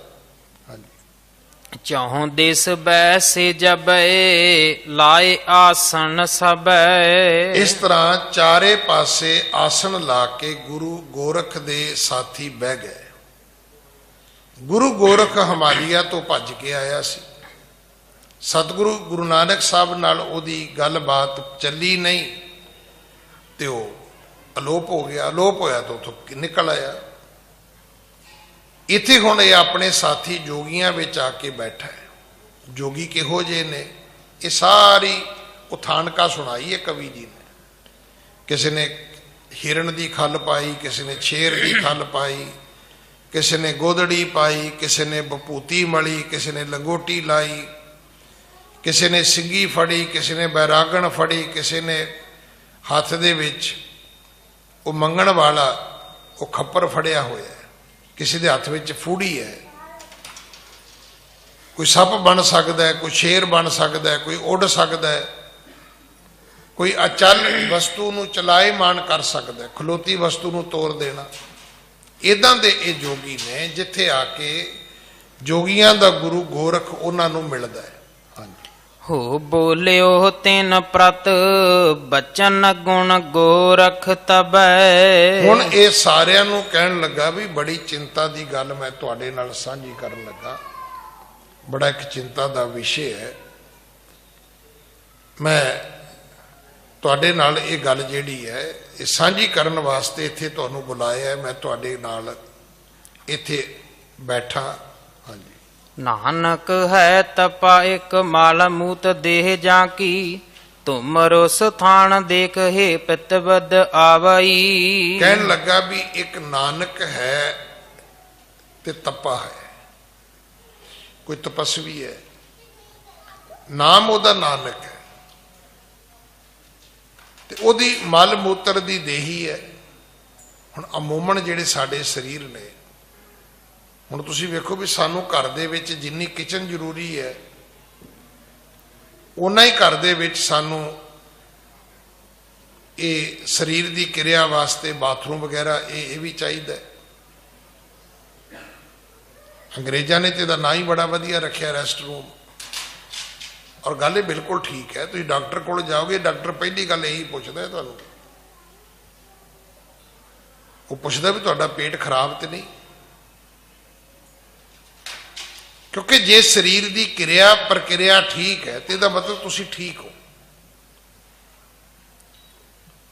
ਹੁਣ ਜਿੰਨਾ ਤੁਸੀਂ ਜ਼ਿਆਦਾ ਖਾਓ ਪੀਓਗੇ ਉਹਨਾਂ ਤੁਸੀਂ ਬਾਥਰੂਮ ਵੀ ਜ਼ਿਆਦਾ ਵਰਤੋਗੇ ਭਾਈ। ਮੈਂ ਜਦੋਂ ਪਹਿਲੀ ਵਾਰੀ ਵੈਨਕੂਵਰ ਦਸ਼ਮੇਸ਼ ਦਰਬਾਰ ਦੇ ਵਿਸਾਖੀ ਦੇ ਨਗਰ ਕੀਰਤਨ ਵਿੱਚ ਗਿਆ ਨਾ, ਤੇ ਤੁਸੀਂ ਸੱਚ ਜਾਣਨਾ, ਮੈਨੂੰ ਇਦਾਂ ਲੱਗਾ ਕਿ ਜਿੱਦਾਂ ਮੈਂ ਕਿਸੇ ਵਰਕਸ਼ਾਪ ਦੇ ਵਿੱਚੋਂ ਬਿਲਕੁਲ ਓਵਰਹਾਲ ਹੋ ਕੇ ਵਾਪਸ ਆਇਆ। ਜਿੱਦਾਂ ਕਿਸੇ ਗੱਡੀ ਦੀ ਸਰਵਿਸ ਹੋ ਜਾਂਦੀ ਹੈ ਨਾ, ਕਿਉਂਕਿ ਅਸੀਂ ਲੋਕ ਦਫ਼ਤਰਾਂ 'ਚ ਘੁੰਮਦੇ, ਬਾਜ਼ਾਰਾਂ 'ਚ ਘੁੰਮਦੇ, ਸ਼ਰਾਬੀਆਂ ਕਬਾਬੀਆਂ 'ਚ ਘੁੰਮਦੇ, ਹੌਲੀ ਹੌਲੀ ਸਾਨੂੰ ਇਹ ਲੱਗਦਾ ਵੀ ਨਹੀਂ, ਇਹ ਤੇ ਐਵੇਂ ਸਵੇਰੇ ਉੱਠੋ ਜੀ, ਪਾਠ ਕਰੋ ਜੀ, ਕਿਰਪਾਨ ਪਾਓ ਜੀ, ਆਹ ਨਹੀਂ ਖਾਣਾ ਜੀ, ਉਹ ਨਹੀਂ ਕਰਨਾ ਜੀ, ਇਹ ਛੱਡੋ ਪਰਾਂ, ਕੋਈ ਨਹੀਂ, ਸਿੱਖੀ ਸੁੱਖੀ ਕੁਛ ਨਹੀਂ ਹੁੰਦਾ। ਇਹ ਐਸਾ ਕੱਚਾਪਣ ਸਾਡੇ 'ਚ ਆਉਂਦਾ ਹੈ। ਪਰ ਉੱਥੇ ਜਾ ਕੇ ਮੈਨੂੰ ਆਪ ਨੂੰ ਬੜਾ ਆਪਣਾ ਜਿੱਦਾਂ ਆਪਾ ਭਾਵ ਨਹੀਂ ਓਵਰਆਲ ਹੋ ਜਾਂਦਾ ਬੰਦੇ ਦਾ। ਮੈਂ ਉੱਥੇ ਕੀ ਵੇਖਿਆ ਕਿ ਉਹਨਾਂ ਦਾ ਜਿਹੜਾ ਨਗਰ ਕੀਰਤਨ ਹੈ ਉਹ 9-9.5 ਘੰਟੇ ਚੱਲਿਆ। ਚਲੋ ਤੁਸੀਂ ਕਹੋਗੇ ਜੀ ਇੱਥੇ ਦਿੱਲੀ ਵੀ ਚੱਲਦਾ ਹੈ, ਪਰ 9-9.5 ਘੰਟੇ ਵਿੱਚ ਮੈਂ ਕੀ ਵੇਖਿਆ ਕਿ ਮੈਂ ਮਹਾਰਾਜ ਦੇ ਫਲੋਟ ਤੇ ਬੈਠਾ ਸੀ। ਮੈਂ ਜੈਕਟ ਵੀ ਪਾਈ ਸੀ ਗਰਮ, ਭਾਵੇਂ ਅਪ੍ਰੈਲ ਦਾ ਮਹੀਨਾ ਹੁੰਦਾ ਹੈ, 18, 19, 20, 21, 22 ਇੱਥੇ ਕਿ ਜਿਹੜਾ ਐਤਵਾਰ ਹੋਵੇ ਉਹ ਦਿਨ ਹੁੰਦਾ ਹੈ। ਤੇ ਮੈਂ ਆਪਣੀਆਂ ਲੱਤਾਂ ਤੇ ਵੀ ਕੰਬਲ ਪਾਇਆ ਸੀ। ਮਹਾਰਾਜ ਜੀ ਤਾਬਿਆ ਬੈਠੇ ਵੀ ਕੰਬਲ ਲਿਆ, ਇੰਨੀ ਠੰਡ। ਪਰ ਜਿਹੜੇ 5 ਪਿਆਰਿਆਂ ਦੀ ਸੇਵਾ ਕਰ ਰਹੇ ਸੀ ਉਹ ਨੰਗੇ ਪੈਰੇ ਸੀ। ਹਾਲਾਂਕਿ ਇੱਥੇ ਦਿੱਲੀ 'ਚ ਅਸੀਂ ਚਿੱਟੀਆਂ ਜਰਾਬਾਂ, ਚਿੱਟੇ ਬੂਟ ਬਕਾਇਦਾ 5 ਪਿਆਰਿਆਂ ਦੀ ਸੇਵਾ ਵਾਲਿਆਂ ਨੂੰ ਲੈ ਕੇ ਦਿੰਦੇ ਆ। ਦਿੱਲੀ ਕਮੇਟੀ 'ਚ ਸਿਸਟਮ ਹੈ, ਜੇ 5 ਪਿਆਰਿਆਂ ਦੀ ਸੇਵਾ ਕਰਨ ਵਾਲੇ ਮੁੱਲ ਖਰੀਦ ਕੇ ਲਿਆਉਣਗੇ ਤਾਂ ਉਹਨਾਂ ਨੂੰ ਬਿੱਲ ਦੇ ਪੈਸੇ ਦੇ ਦਿੱਤੇ ਜਾਂਦੇ ਨੇ। ਪਰ ਉਹ ਬਿਲਕੁਲ ਨੰਗੇ ਪੈਰੇ ਸੀ ਇਸ ਟੈਂਪਰੇਚਰ ਦੇ ਵਿੱਚ, ਨੰਗੇ ਪੈਰੀ 9.5 ਘੰਟੇ। ਚਲੋ ਤੁਸੀਂ ਕਹੋਗੇ ਜੀ ਇਹ ਵੀ ਕੋਈ ਵੱਡੀ ਗੱਲ ਨਹੀਂ। ਹੁਣ ਇਸ ਤੋਂ ਅਗਲੀ ਗੱਲ ਬੜੀ ਵੱਡੀ ਹੈ ਕਿ 9.5 ਘੰਟੇ ਮੈਂ ਉਹਨਾਂ ਚੋਂ ਕਿਸੇ ਬੰਦੇ ਨੂੰ ਬਾਥਰੂਮ ਜਾਂਦੇ ਨਹੀਂ ਵੇਖਿਆ। ਇਹ ਮੇਰੇ ਵਾਸਤੇ ਬਹੁਤ ਵੱਡੀ ਗੱਲ ਹੈ, ਤੁਹਾਡੇ ਵਾਸਤੇ ਵੀ ਹੋਏਗੀ। ਦੇਖੋ ਉਮਰ ਦਾ ਤਕਾਜ਼ਾ ਹੈ। ਮੇਰੇ ਵਰਗੇ ਦੀ ਉਮਰ ਦੇ ਵਿੱਚ 4-5 ਘੰਟਿਆਂ ਬਾਅਦ ਤੇ ਰਾਤ ਨੂੰ ਨੀਂਦ ਵੀ ਠਾ ਲੈਂਦੀ ਹੈ ਕਿ ਚੱਲ ਬਾਥਰੂਮ ਦੀ ਵਰਤੋਂ ਕਰਕੇ ਆ। ਇੰਨੇ ਟੈਂਪਰੇਚਰ ਦੇ ਵਿੱਚ 9-9.5 ਘੰਟੇ ਉਹ ਕੋਈ ਬੰਦਾ ਬਾਥਰੂਮ ਨਹੀਂ ਗਿਆ। ਹੁਣ ਤੁਸੀਂ ਕਹੋਗੇ ਚਲੋ 9 ਘੰਟੇ ਹੋਣਗੇ, 9 ਨਹੀਂ ਨਾ ਬਣਦੇ। ਪਹਿਲਾਂ ਉਹਨਾਂ ਨੇ ਕੇਸੀ ਇਸ਼ਨਾਨ ਕੀਤਾ ਹੋਏਗਾ, ਘਰੇ ਤਿਆਰ ਹੋਏ ਹੋਣਗੇ। 9 ਘੰਟਿਆਂ ਤੋਂ ਘੱਟੋ ਘੱਟ 1 ਘੰਟਾ ਪਹਿਲਾਂ ਤੇ ਤਿਆਰੀ ਤੇ ਲੱਗਾ ਹੋਏਗਾ ਉਹਨਾਂ ਦਾ। ਤੇ ਉਹਦੇ ਤੋਂ ਬਾਅਦ ਵੀ ਉਹਨਾਂ ਨੂੰ ਬਸਤਰ ਉਤਾਰਦਿਆਂ ਕਰਦਿਆਂ ਵੀ ਕੋਈ ਅੱਧਾ ਘੰਟਾ ਹੋਰ ਲੱਗਾ ਹੋਏਗਾ। ਇਹਦਾ ਮਤਲਬ 11-12 ਘੰਟੇ ਹੁਣ ਇਹ ਗੱਲ ਮੇਰੇ ਲਈ ਬੜੀ ਵੱਡੀ ਸੀ। ਉਹਨਾਂ ਦੇ ਵਿੱਚ ਸੀਗੇ ਭਾਈ ਸਾਧੂ ਸਿੰਘ ਨਿੱਜਰ। ਮੈਂ ਫਿਰ ਉਹਨਾਂ ਨੂੰ ਪੁੱਛਿਆ, ਮੈਂ ਕਿਹਾ ਵੀਰ ਜੀ ਮੇਰੇ ਲਈ ਇਹ ਜ਼ਿੰਦਗੀ 'ਚ ਪਹਿਲੀ ਉਦਾਹਰਨ ਹੈ, ਨਹੀਂ ਤਾਂ ਅਸੀਂ ਦਿੱਲੀ 'ਚ ਕੀ ਕਰਦੇ ਵੀ 5 ਸਿੰਘ 5 ਪਿਆਰਿਆਂ 'ਚ ਹੁੰਦੇ ਨੇ ਤੇ 2 ਮੇਰੇ ਵਰਗੇ ਨਾਲ ਉਦਾਂ ਹੀ ਤੁਰੇ ਹੁੰਦੇ ਨੇ। ਉਹਨਾਂ ਦਾ ਮਤਲਬ ਹੁੰਦਾ ਇਹਨਾਂ ਨੂੰ ਬਾਥਰੂਮ ਕਰਾਉਣਾ, ਕਿਉਂਕਿ ਸਾਨੂੰ ਸ਼ਰਧਾ ਕੀ ਹੈ, ਬਾਬਾ ਜੀ ਦੁੱਧ ਪੀਓ ਜੀ, ਬਦਾਮਾਂ ਵਾਲਾ ਦੁੱਧ ਪੀਓ ਜੀ।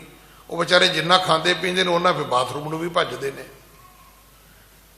ਮੈਨੂੰ ਨਹੀਂ ਲੱਗਦਾ ਵੀ ਇੱਕ 5 ਪਿਆਰਿਆਂ ਦੀ ਸੇਵਾ ਵਾਲਾ ਬੰਦਾ 1.5-2 ਘੰਟੇ ਵੀ ਕੱਢਦਾ ਹੋਵੇ। ਅਸੀਂ ਖਵਾਈ ਜਾਂਦੇ ਆ, ਪਿਆਈ ਜਾਂਦੇ ਆ, ਪਰ ਉਹ ਇੰਨੇ ਘੰਟੇ ਪਾਣੀ ਵੀ ਨਹੀਂ ਪੀਂਦੇ, ਚਾਹ ਵੀ ਨਹੀਂ ਪੀਂਦੇ, ਦੁੱਧ ਵੀ ਨਹੀਂ ਪੀਂਦੇ, ਖਾਂਦੇ ਵੀ ਕੁਝ ਨਹੀਂ। ਮੈਂ ਉਹਨਾਂ ਨੂੰ ਪੁੱਛਿਆ ਵੀ ਤੁਸੀਂ ਇੰਨਾ ਟਾਈਮ ਕੱਢਦੇ ਕਿਵੇਂ ਹੋ? ਉਹ ਕਹਿੰਦਾ ਗਿਆਨੀ ਜੀ ਅਸੀਂ 2 ਦਿਨ ਪਹਿਲਾਂ ਰੋਟੀ ਛੱਡਦੇ ਹਾਂ ਕਿ 5 ਪਿਆਰਿਆਂ ਦੀ ਸੇਵਾ ਕਰਨੀ। 2 ਦਿਨ ਤੋਂ ਸਾਡੀ ਰੋਟੀ ਬੰਦ ਹੈ। 2 ਦਿਨ ਤੋਂ ਸਾਡਾ ਖਾਣਾ ਪੀਣਾ ਜਿਹੜਾ ਹੈ ਉਹ ਬਿਲਕੁਲ ਜ਼ੀਰੋ ਤੇ ਹੈ, ਬਹੁਤ ਨਾ ਮਾਤਰ। ਹੁਣ ਸਮਝ ਆ ਗਈ। ਹੁਣ ਇਹ ਜੋਗੀ ਕਿਉਂ ਕਹਿੰਦੇ ਨੇ ਗੁਰੂ ਨਾਨਕ ਸਾਹਿਬ ਨੂੰ? ਕਿਉਂਕਿ ਉਹ ਸੁਮੇਰ ਪਰਬਤ ਤੇ ਰਹਿੰਦੇ ਨੇ, ਨਾ ਕੁਝ ਖਾਂਦੇ ਨੇ ਨਾ ਪੀਂਦੇ ਨੇ। ਜੇ ਖਾਂਦੇ ਪੀਂਦੇ ਨਹੀਂ ਤਾਂ ਉਹਨਾਂ ਨੇ ਬਾਥਰੂਮ ਕਦ ਲਈ ਜਾਣਾ ਭਾਈ?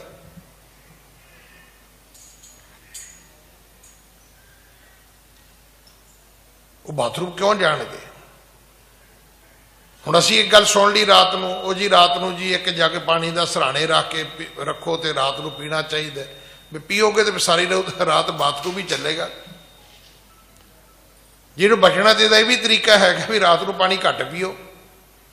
ਇੱਕ ਹੈਮੋਪੈਥੀ ਦਾ ਡਾਕਟਰ ਹੈ, ਉਹਦੀ ਸ਼ਰਤ ਇੱਕੋ ਹੈ ਕਿ ਬੜੀਆਂ ਸਾਰੀਆਂ ਬਿਮਾਰੀਆਂ ਤੋਂ ਬਚਣਾ ਹੈ, ਤੇ ਉਹਦਾ ਇੱਕ ਤਰੀਕਾ ਇਹ ਵੀ ਹੈ ਕਿ ਰਾਤ ਦੀ ਨੀਂਦ ਨੂੰ ਅਗਰ ਸਥਿਰ ਕਰਨਾ ਹੈ ਤੇ ਦਿਨੇ ਪੀ ਲਓ ਨਾ ਜਿੰਨਾ ਪੀਣਾ, ਰਾਤ ਨੂੰ ਘੱਟ ਪੀ ਲਓ ਥੋੜਾ ਜਿਹਾ।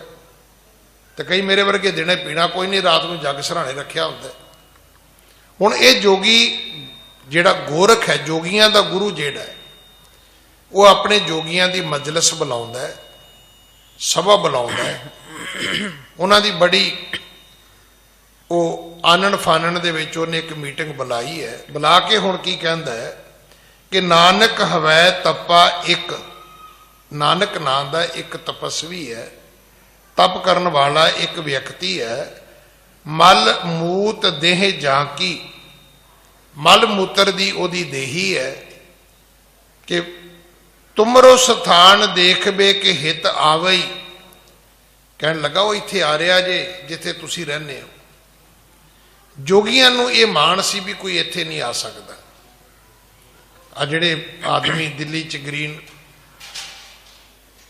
ਪਾਰਕ ਵਿੱਚ ਰਹਿੰਦੇ ਨੇ, ਜਿਹੜੇ ਜੋੜ ਬਾਗ 'ਚ ਰਹਿੰਦੇ ਨੇ, ਜੇ ਤੁਸੀਂ ਉਹਨਾਂ ਨੂੰ ਕਹੋ ਨਾ ਵੀ ਮੈਂ ਵੀ ਉੱਥੇ ਰਹਿਣਾ ਤੇ ਤੁਹਾਨੂੰ ਐ ਵੇਖਣਗੇ ਪੈਰਾਂ ਤੱਕ ਵੀ ਇਹ ਮਤਲਬ ਸਾਨੂੰ ਬੰਦਾ ਹੀ ਨਹੀਂ ਸਮਝਦੇ। ਉਹ ਜਿਹੜੇ ਉੱਥੇ ਰਹਿੰਦੇ ਨੇ ਉਹ ਸੋਚਦੇ ਵੀ ਇਹਨਾਂ ਦੀ ਔਕਾਤ ਹੀ ਨਹੀਂ ਇੱਥੇ ਆ ਕੇ ਘਰ ਲੈ ਲੈਣੇ। ਜਿਹੜਾ ਬੰਦਾ ਹੈ, ਬੰਦੇ ਨੂੰ ਤੁਸੀਂ ਐਵੇਂ ਹੀ ਸਮਝਦੇ ਹੋ, ਉਹਦੇ ਕੋਲ ਜਦੋਂ ਅਸੀਂ ਕੋਈ ਖਾਸ ਚੀਜ਼ ਵੇਖਾਂਗੇ ਤੇ ਸਾਨੂੰ ਇੱਕ ਵਾਰੀ ਮਹਿਸੂਸ ਤੇ ਹੁੰਦਾ ਹੈ। ਹੁਣ ਇਹ ਜਿਹੜੇ ਜੋਗੀ ਨੇ ਇਹ ਕਹਿਣ ਲੱਗੇ ਵੀ ਉਹ ਇੱਥੇ ਆ ਰਿਹਾ ਹੈ ਨਾਨਕ ਤਪਾ। ਉਹ ਸਮਝਦੇ ਸੀ ਵੀ ਜਿਹੜਾ ਸਮੇਰ ਪਰਬਤ ਹੈ ਸਾਡਾ ਹੀ ਹੈ। ਉਹ ਜਿਵੇਂ ਹਰਨਾਕਸ਼ ਦੀ ਗੱਲ ਹੈ, ਉਹੀ ਸੇਮ ਇਹਨਾਂ ਜੋਗੀਆਂ ਦੀ ਹਮਰੀ ਭੂਮ ਕੌਣ ਘਾਲੇ ਪੈਰ। ਉਹ ਸਮਝਦੇ ਵੀ ਸਾਡੀ ਧਰਤੀ ਇੱਥੇ ਇਹ ਕਿਵੇਂ ਆ ਸਕਦਾ ਹੈ। ਦੇਖੋ ਅਮੀਰ ਗਰੀਬ ਦਾ ਬੜਾ ਵੱਡਾ ਝਗੜਾ ਜੇ, ਬੜੀ ਵੱਡੀ ਜਾਤ ਜੇ। ਜਦੋਂ ਤੁਸੀਂ ਵਿਆਹ ਸ਼ਾਦੀਆਂ ਕਰਦੇ ਹੋ ਨਾ, ਪੁੱਛਦੇ ਹੋ ਨਾ ਵੀ ਇਹ ਮੁੰਡਾ ਕਿਹਨਾਂ ਦਾ ਜੀ, ਇਹ ਖੱਤਰੀਆਂ ਦਾ ਜੀ, ਰੋੜਿਆਂ ਦਾ ਜੀ, ਇਹ ਖੁਖਰੈਣ ਹੈ ਜੀ, ਇਹ ਰਾਮਗੜੀਏ ਨੇ ਜੀ, ਇਹ ਜੱਟ ਨੇ ਜੀ। ਉੱਥੇ 2-3 ਗੱਲਾਂ ਦਾ ਹੋਰ ਵੀ ਧਿਆਨ ਰੱਖੋ। ਇਹ ਜਾਤਾਂ ਜਾਤਾਂ ਨਹੀਂ ਹੈਗੀਆਂ, ਅਸੀਂ ਗਲਤ ਫਸੇ ਹੋਏ ਆ। ਅਸਲ ਜਾਤਾਂ ਹੁਣ 2-3 ਨੇ, ਇੱਕ ਪੇਂਡੂ ਤੇ ਸ਼ਹਿਰੂ, ਇਹ ਬੜੀ ਵੱਡੀ ਜਾਤ ਹੈ। ਇੱਕ ਅਮੀਰ ਤੇ ਗਰੀਬ ਬੜੀ ਵੱਡੀ ਜਾਤ ਜੇ। ਗਰੀਬ ਹੋ ਕੇ ਅਮੀਰ ਦੇ ਘਰ ਧੀ ਦੇਣ ਲੱਗਿਆ ਬਹੁਤਾ ਚਾਅ ਨਾ ਕਰਿਆ ਕਰੋ, ਕਿਉਂਕਿ ਉੱਥੇ ਜਾ ਕੇ ਧੀ ਨੂੰ ਕਦਰ ਹੋਣੀ ਨਹੀਂ ਜੇ ਤੁਹਾਡੀ ਦੀ। ਹੁਣ ਰੋਜ਼ ਹੀ ਕਹਿੰਦੇ ਭੁੱਖੀ ਨੰਗੀ ਲੈ ਕੇ ਕੀ ਆਈ ਹੈ ਤੂੰ, ਕਿਉਂਕਿ ਜਾਤਾਂ ਨੇ। ਜਿਵੇਂ ਸਵਰਨ ਜਾਤੀ ਵਾਲੇ ਸ਼ੂਦਰ ਜਾਤੀ ਵਾਲੇ ਨੂੰ ਸਾਰੀ ਉਮਰ ਹੀ ਕਹਿੰਦੇ ਨੇ। ਮੈਂ ਤਾਂ ਅੱਜ ਵੀ ਵੇਖਦਾ, ਸ਼ੂਦਰ ਜਾਤੀ ਦਾ ਬੰਦਾ ਤਹਿਸੀਲਦਾਰ ਲੱਗ ਜੇ ਤੇ ਪਟਵਾਰੀ ਸਵਰਨ ਜਾਤੀ ਦਾ ਹੋਵੇ, ਉਹ ਪਤਾ ਕੀ ਬੋਲਦਾ, ਇੱਥੇ ਮੈਂ ਬੋਲ ਵੀ ਨਹੀਂ ਸਕਦਾ। ਉਹ ਕਹਿੰਦਾ ਇਹਨੂੰ ਤਾਂ ਕੋਈ ਸੁਹਾਗਾ ਨਾ ਦੇਵੇ, ਕਹਿੰਦਾ ਕੁਰਸੀ ਤੇ ਬੈਠਾ ਅਫਸਰ ਬਣ ਕੇ।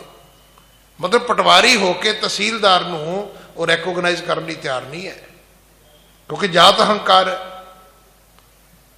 ਇਸੇ ਤਰ੍ਹਾਂ ਅਮੀਰੀ ਤੇ ਗਰੀਬੀ ਧਰਮ ਦੀ ਦੁਨੀਆ ਦੇ ਵਿੱਚ ਵੀ ਤੁਸੀਂ ਵੇਖ ਲੈਣਾ। ਜਿਹੜਾ ਥੋੜੀ ਜਿਹੀ ਵੱਧ ਬਾਣੀ ਪੜ੍ਹਦਾ ਹੈ ਨਾ, ਉਹ ਸਾਨੂੰ ਤੇ ਐਵੇਂ ਸਮਝਦੇ ਨੇ।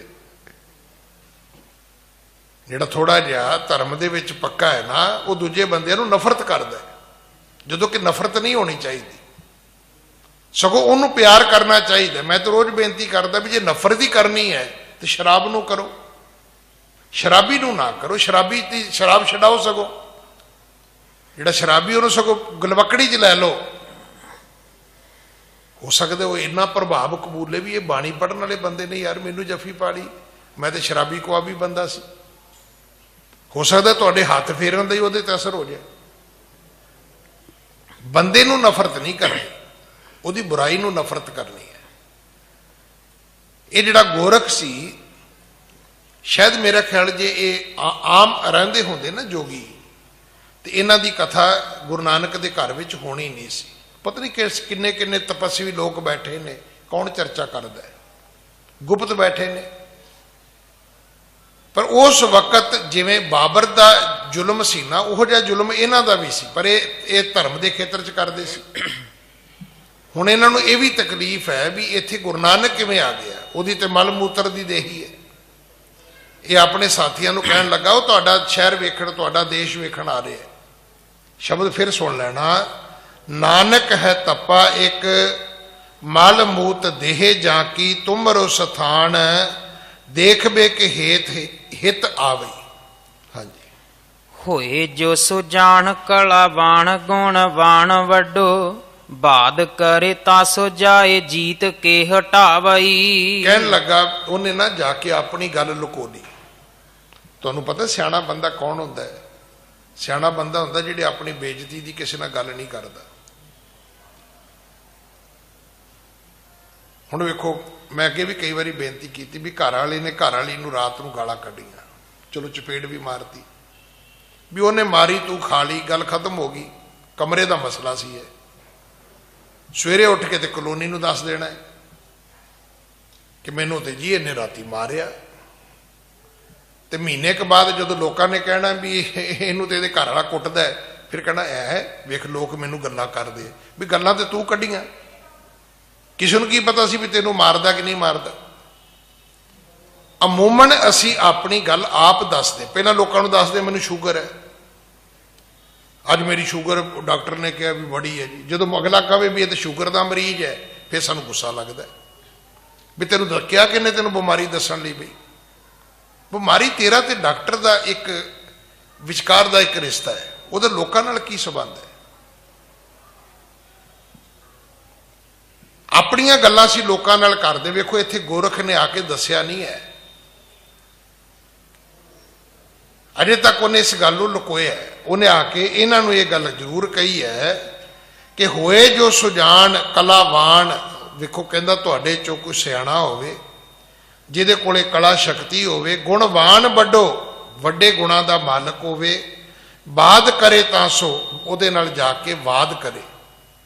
ਵਾਦ ਦਾ ਮਤਲਬ ਉਹਦੇ ਨਾਲ ਜਾ ਕੇ ਵਿਚਾਰ ਕਰੇ, ਉਹਦੇ ਨਾਲ ਜਾ ਕੇ ਗੱਲਬਾਤ ਕਰੇ, ਉਹਦੇ ਨਾਲ ਜਾ ਕੇ ਗੋਸ਼ਟ ਕਰੇ, ਉਹਦੇ ਨਾਲ ਜਾ ਕੇ ਡਿਬੇਟ ਕਰੇ। ਵੱਡੋ ਬਾਦ ਕਰੇ ਤਾਂ ਸੋ ਜਾਏ ਜੀਤ ਕੋ ਹਟਾਵੇ, ਕੋਈ ਉਹਨੂੰ ਜਾ ਕੇ ਜਿੱਤ ਲਵੇ ਤੇ ਉਹਨੂੰ ਅੱਗੇ ਨਾ ਆਉਣ ਦੇਵੇ। ਜਦੋਂ ਗੁਰੂ ਤੇਗ ਬਹਾਦਰ ਸਾਹਿਬ ਗਏ ਨਾ ਦਰਬਾਰ ਸਾਹਿਬ, ਇਹ ਸਾਡਾ ਆਪਣਾ ਇਤਿਹਾਸ ਹੈ, ਤੇ ਜਿਹੜੇ ਦਰਬਾਰ ਸਾਹਿਬ ਦੀ ਸੇਵਾ ਕਰਦੇ ਸੀ ਪੁਜਾਰੀ ਮੇਰੇ ਵਰਗੇ, ਅੱਜ ਅਸੀਂ ਗ੍ਰੰਥੀ ਕਹਿੰਦੇ ਆ, ਉਦੋਂ ਪੁਜਾਰੀ ਹੁੰਦੇ ਸੀ। ਉਹਨਾਂ ਨੇ ਦਰਬਾਰ ਸਾਹਿਬ ਦੇ ਦਰਵਾਜ਼ੇ ਬੰਦ ਕਰ ਦਿੱਤੇ। ਉਹਨਾਂ ਨੂੰ ਇਹ ਲੱਗਿਆ ਵੀ ਇਹ ਗੁਰੂ ਹਰਗੋਬਿੰਦ ਦਾ ਪੁੱਤਰ ਹੈ, ਇਹ ਗੁਰੂ ਹਰਗੋਬਿੰਦ ਦੇ ਦਾਦੇ ਦੀ ਜਗ੍ਹਾ ਹੈ, ਗੁਰੂ ਰਾਮਦਾਸ ਦੀ। ਤੇ ਉਹ ਨਾ ਹੋਵੇ ਆਪਣੇ ਪੜਦਾਦੇ ਦੀ ਥਾਂ ਤੇ ਆ ਕੇ ਤੇ ਕਵੇ ਵੀ ਇਹ ਤੇ ਥਾਂ ਸਾਡੀ ਹੈ। ਮਤਲਬ ਇਹ ਇੱਕ ਸਾਡਾ ਇਤਿਹਾਸ ਹੈ ਕਿ ਗੁਰੂ 9ਵੇਂ ਪਾਤਸ਼ਾਹ ਗੁਰੂ ਤੇਗ ਬਹਾਦਰ ਨੂੰ ਦਰਬਾਰ ਸਾਹਿਬ ਦੇ ਅੰਦਰ ਨਹੀਂ ਸੀ ਜਾਣ ਦਿੱਤਾ ਮੇਰੇ ਵਰਗੇ ਪੁਜਾਰੀਆਂ ਨੇ। ਤੇ ਡਰ ਕੀ ਸੀ ਵੀ ਇਹ ਕਬਜ਼ਾ ਕਰ ਲਵੇਗਾ ਤੇ ਸਾਨੂੰ ਬਾਹਰ ਕੱਢ ਦੇਗਾ। ਇਹੀ ਡਰ ਇਹਨਾਂ ਜੋਗੀਆਂ ਨੂੰ ਹੈ ਵੀ ਜੇ ਨਾਨਕ ਇੱਥੇ ਆ ਗਿਆ, ਜੇ ਉਹਨੇ ਇਹ ਥਾਂ ਵੇਖ ਲਈ ਤੇ ਉਹ ਤੇ ਇੱਥੇ ਕਬਜ਼ਾ ਕਰੇਗਾ। ਕਹਿਣ ਲੱਗਾ ਵੀ ਤੁਹਾਡੇ 'ਚ ਹੈ ਕੋਈ ਹੋਏ ਜੋ ਸੁਜਾਨ ਕਲਾਵਾਨ ਗੁਣਵਾਨ ਵੱਡੋ ਬਾਦ ਕਰੇ ਤਾਂ ਸੋ ਜਾਏ ਜੀਤ ਕੋ ਹਟਾਵੇ। ਕਹਿਣ ਲੱਗਾ ਜਾਓ ਜਾ ਕੇ ਮੋੜੋ ਉਹਨੂੰ। ਕੋਈ ਕਲਾਵਾਨ ਹੋਵੇ, ਗੁਣਵਾਨ ਹੋਵੇ, ਕੋਈ ਸ਼ਕਤੀਵਾਨ ਹੋਵੇ ਤੇ ਜਾਓ ਭਾਈ। ਹਾਂਜੀ। ਨਾ ਤੋ ਉਪਦੇਸ਼ ਦੇ ਕੈ ਚੇਲੇ ਕਰ ਲਿਆਵੇ ਤਾਂ ਕੋ ਰੱਲੇ ਸਿੱਧ ਮਾਹੀ ਸੋ ਅਮਰ ਪਦ ਪਾਵਈ। ਜਾਂ ਫਿਰ ਜਾਓ ਕੋਈ ਜਣਾ ਜਾ ਕੇ ਉਹਨੂੰ ਆਪਣਾ ਚੇਲਾ ਬਣਾਓ, ਆਪਣਾ ਸ਼ਿਸ਼ ਬਣਾਓ ਤੇ ਉਹਨੂੰ ਆਪਣੇ ਪੰਥ 'ਚ ਲੈ ਕੇ ਆਓ। ਹਾਂਜੀ। ਵੈਸੇ ਜੇਤੇ ਪਾਸ ਪਇਓ ਸਭ ਕੋ ਹੁਲਾਸ ਔਰ ਖਾਏ ਕੇ ਤਮਕ ਕੋ ਮਸ਼ਿੰਦਰ ਜਿਉ ਅਲਾਵਈ। ਕਹਿਣ ਲੱਗਾ ਨਾਲੇ ਤੇ ਉਹ ਅਮਰ ਪਦਵੀ ਪਾ ਲਵੇਗਾ। ਹੁਣ ਜੋਗੀਆਂ ਨੂੰ ਲੱਗਦਾ ਵੀ ਅਮਰ ਪਦਵੀ ਸਾਡੇ ਹਿਸਾਬ ਨਾਲ ਹੀ ਮਿਲਦੀ ਹੈ, ਸਾਨੂੰ ਵੀ ਇੱਦਾਂ ਲੱਗਦਾ, ਮੁਸਲਮਾਨਾਂ ਨੂੰ ਵੀ ਲੱਗਦਾ ਮੁਕਤੀ ਇੱਦਾਂ ਮਿਲਦੀ ਹੈ, ਸਾਨੂੰ ਸਿੱਖਾਂ ਨੂੰ ਲੱਗਦਾ ਮੁਕਤੀ ਇੱਦਾਂ ਮਿਲਦੀ ਹੈ, ਹਿੰਦੂਆਂ ਨੂੰ ਲੱਗਦਾ ਵੀ ਉਹਨਾਂ ਦੇ ਤਰੀਕੇ ਨਾਲ ਮੁਕਤੀ ਮਿਲਦੀ ਹੈ, ਜੋਗੀਆਂ ਨੂੰ ਲੱਗਾ ਵੀ ਸਾਡੇ ਤਰੀਕੇ ਨਾਲ ਅਮਰ ਪਦਵੀ ਮਿਲਦੀ ਹੈ। ਕਹਿਣ ਲੱਗਾ ਨਾਲੇ ਤੇ ਉਹਦਾ ਭਲਾ ਹੋ ਜਾਏਗਾ। ਅੱਗੇ ਵੈਸੇ ਜੇਤੇ ਪਾਸ ਭਇਓ ਸਭ ਕੋ ਹੁਲਾਸ ਔਰ ਖਾਏ ਕੇ ਤਮਕ ਕੋ ਮਸ਼ਿੰਦਰ ਯੋਂ ਅਲਾਵੇ। ਐਸੀ ਗੁਰੂ ਗੋਰਖ ਨੇ ਆਪਣੇ ਚੇਲਿਆਂ 'ਚ ਰੂਹ ਫੂਕੀ ਕਿ ਸਾਰਿਆਂ ਦੇ ਮੋਢੇ ਫਰਕਣ ਲੱਗ ਪਏ। ਤੇ ਜਿਹੜਾ ਮਸ਼ੰਦਰ ਸੀ ਕਹਿਣ ਲੱਗਾ ਜੀ ਇਹ ਕੰਮ ਮੈਂ ਕਰਾਂਗਾ, ਇਹ ਮੇਰੀ ਜ਼ਿੰਮੇਵਾਰੀ ਲਾਓ, ਮੈਨੂੰ ਡਿਊਟੀ ਦਿਓ ਤੁਸੀਂ, ਇਹ ਤੇ ਮੇਰੇ ਲਈ ਕੋਈ ਕੰਮ ਔਖਾ ਹੀ ਨਹੀਂ ਹੈ।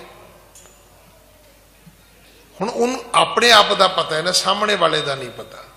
ਸਿਰਫ ਸਾਡੀ ਗਲਤੀ ਇੰਨੀ ਹੈ, ਅਸੀਂ ਲੜਨ ਭਿੜਨ ਸਭ ਕੁਝ ਜਾਣਦੇ ਹਾਂ, ਪਰ ਸਾਡੀ ਗਲਤੀ ਇੰਨੀ ਵੀ ਅਸੀਂ ਆਪਣੇ ਆਪ ਨੂੰ ਜਾਣਦੇ, ਸਾਹਮਣੇ ਵਾਲੇ ਨੂੰ ਨਹੀਂ ਜਾਣਦੇ ਵੀ ਉਹਦਾ ਭਾਰ ਕਿੰਨਾ ਕੁ ਹੈ। ਸਾਨੂੰ ਅਗਲੇ ਦਾ ਨਹੀਂ ਪਤਾ। ਪਰ ਇਹਨਾਂ ਜ਼ਰੂਰ ਧਿਆਨ ਰੱਖਣਾ ਕਿ ਇੱਕ ਕੋਈ ਤਕੜਾ ਬੰਦਾ ਮੇਰੇ ਵਰਗੇ ਮਾੜੇ ਨੂੰ ਕਹਿੰਦਾ ਵੀ ਮੈਂ ਤੇਰੇ ਘਸੁੰਨ ਮਾਰ ਕੇ ਨਾ 33 ਦੇ 33 ਦੰਦ ਕੱਢ ਦੇਣੇ। ਤੁਹਾਨੂੰ ਮੇਰੇ ਵਰਗੇ ਕਮਜ਼ੋਰ ਨੂੰ ਤੇ ਪਤਾ ਸੀ ਮੈਂ ਕਾਸੇ ਜੋਗਾ ਨਹੀਂ। ਉਹ ਕਹਿੰਦਾ ਦੰਦ ਤੇ 32 ਹੁੰਦੇ ਨੇ। ਕਹਿੰਦਾ ਉਹ ਇੱਕ ਅੱਧਾ ਮੇਰਾ ਵੀ ਕੱਢੇਗਾ, ਬਿਲਕੁਲ ਤੇ ਨਹੀਂ ਮਰ ਗਿਆ ਤੂੰ। ਸਾਨੂੰ ਆਪਣਾ ਪਤਾ ਹੈ, ਸਾਨੂੰ ਦੂਜੇ ਦਾ ਨਹੀਂ ਪਤਾ। ਦੂਜੇ ਨੂੰ ਅਸੀਂ ਕੀੜੇ ਮਕੌੜੇ ਸਮਝਦੇ ਹਾਂ। ਸਾਡੀ ਗਲਤੀ ਹੈ ਕਿ ਅਸੀਂ ਸਾਹਮਣੇ ਵਾਲੇ ਦੀ ਰਿਸਪੈਕਟ ਕਰਨੀ, ਅਸੀਂ ਉਹਦੀ ਇੱਜ਼ਤ ਕਰਨੀ, ਅਸੀਂ ਉਹਦੀ ਹੋਂਦ ਨੂੰ ਸਵੀਕਾਰਨਾ ਖਤਮ ਕੀਤਾ ਹੋਇਆ। ਸਾਨੂੰ ਪਤਾ ਹੋਣਾ ਚਾਹੀਦਾ ਵੀ ਜੇ ਤੇਰੀ ਥਾਂ ਹੈ ਤੇ ਥਾਂ ਤੇਰੇ ਸਾਹਮਣੇ ਵਾਲੇ ਦੀ ਵੀ ਹੈਗੀ ਹੈ। ਤੇਰੀ ਵੱਡੀ ਹੋਏਗੀ, ਉਹਦੀ ਛੋਟੀ ਹੋਏਗੀ, ਹੋਰ ਕੀ ਹੋਏਗਾ। ਪੈਦਾ ਤੇ ਸਭ ਨੂੰ ਰੱਬ ਨੇ ਕੀਤਾ। ਤੋ ਇਹ ਗੋਰਖ ਨੇ ਪ੍ਰੇਰਿਆ ਤੇ ਮਸ਼ਿੰਦਰ ਜੋਗੀ ਹੁਣ ਗੁਰੂ ਸਾਹਿਬ ਕੋਲ ਜਾਏਗਾ, ਜਾ ਕੇ ਕੋਸ਼ਿਸ਼ ਕਰੇਗਾ, ਪਰ ਫਿਰ ਵਿਚਾਰਾ ਨਿਰਾਸ਼ ਹੋ ਕੇ ਮੁੜ ਆਏਗਾ। ਸਤਿਗੁਰੂ ਕਿਰਪਾ ਕਰਨ। ਇਹ ਕਥਾ ਆਪਾਂ ਕੱਲ ਗੁਰੂ ਕੀ ਗੋਦ ਵਿੱਚ ਬੈਠ ਕੇ ਸੁਣੀਏ। ਭੁੱਲਾਂ ਬਖਸ਼ੋ ਜੀ, ਫਤਿਹ ਬੁਲਾਓ। ਵਾਹਿਗੁਰੂ ਜੀ ਕਾ ਖਾਲਸਾ, ਵਾਹਿਗੁਰੂ ਜੀ ਕੀ ਫਤਿਹ।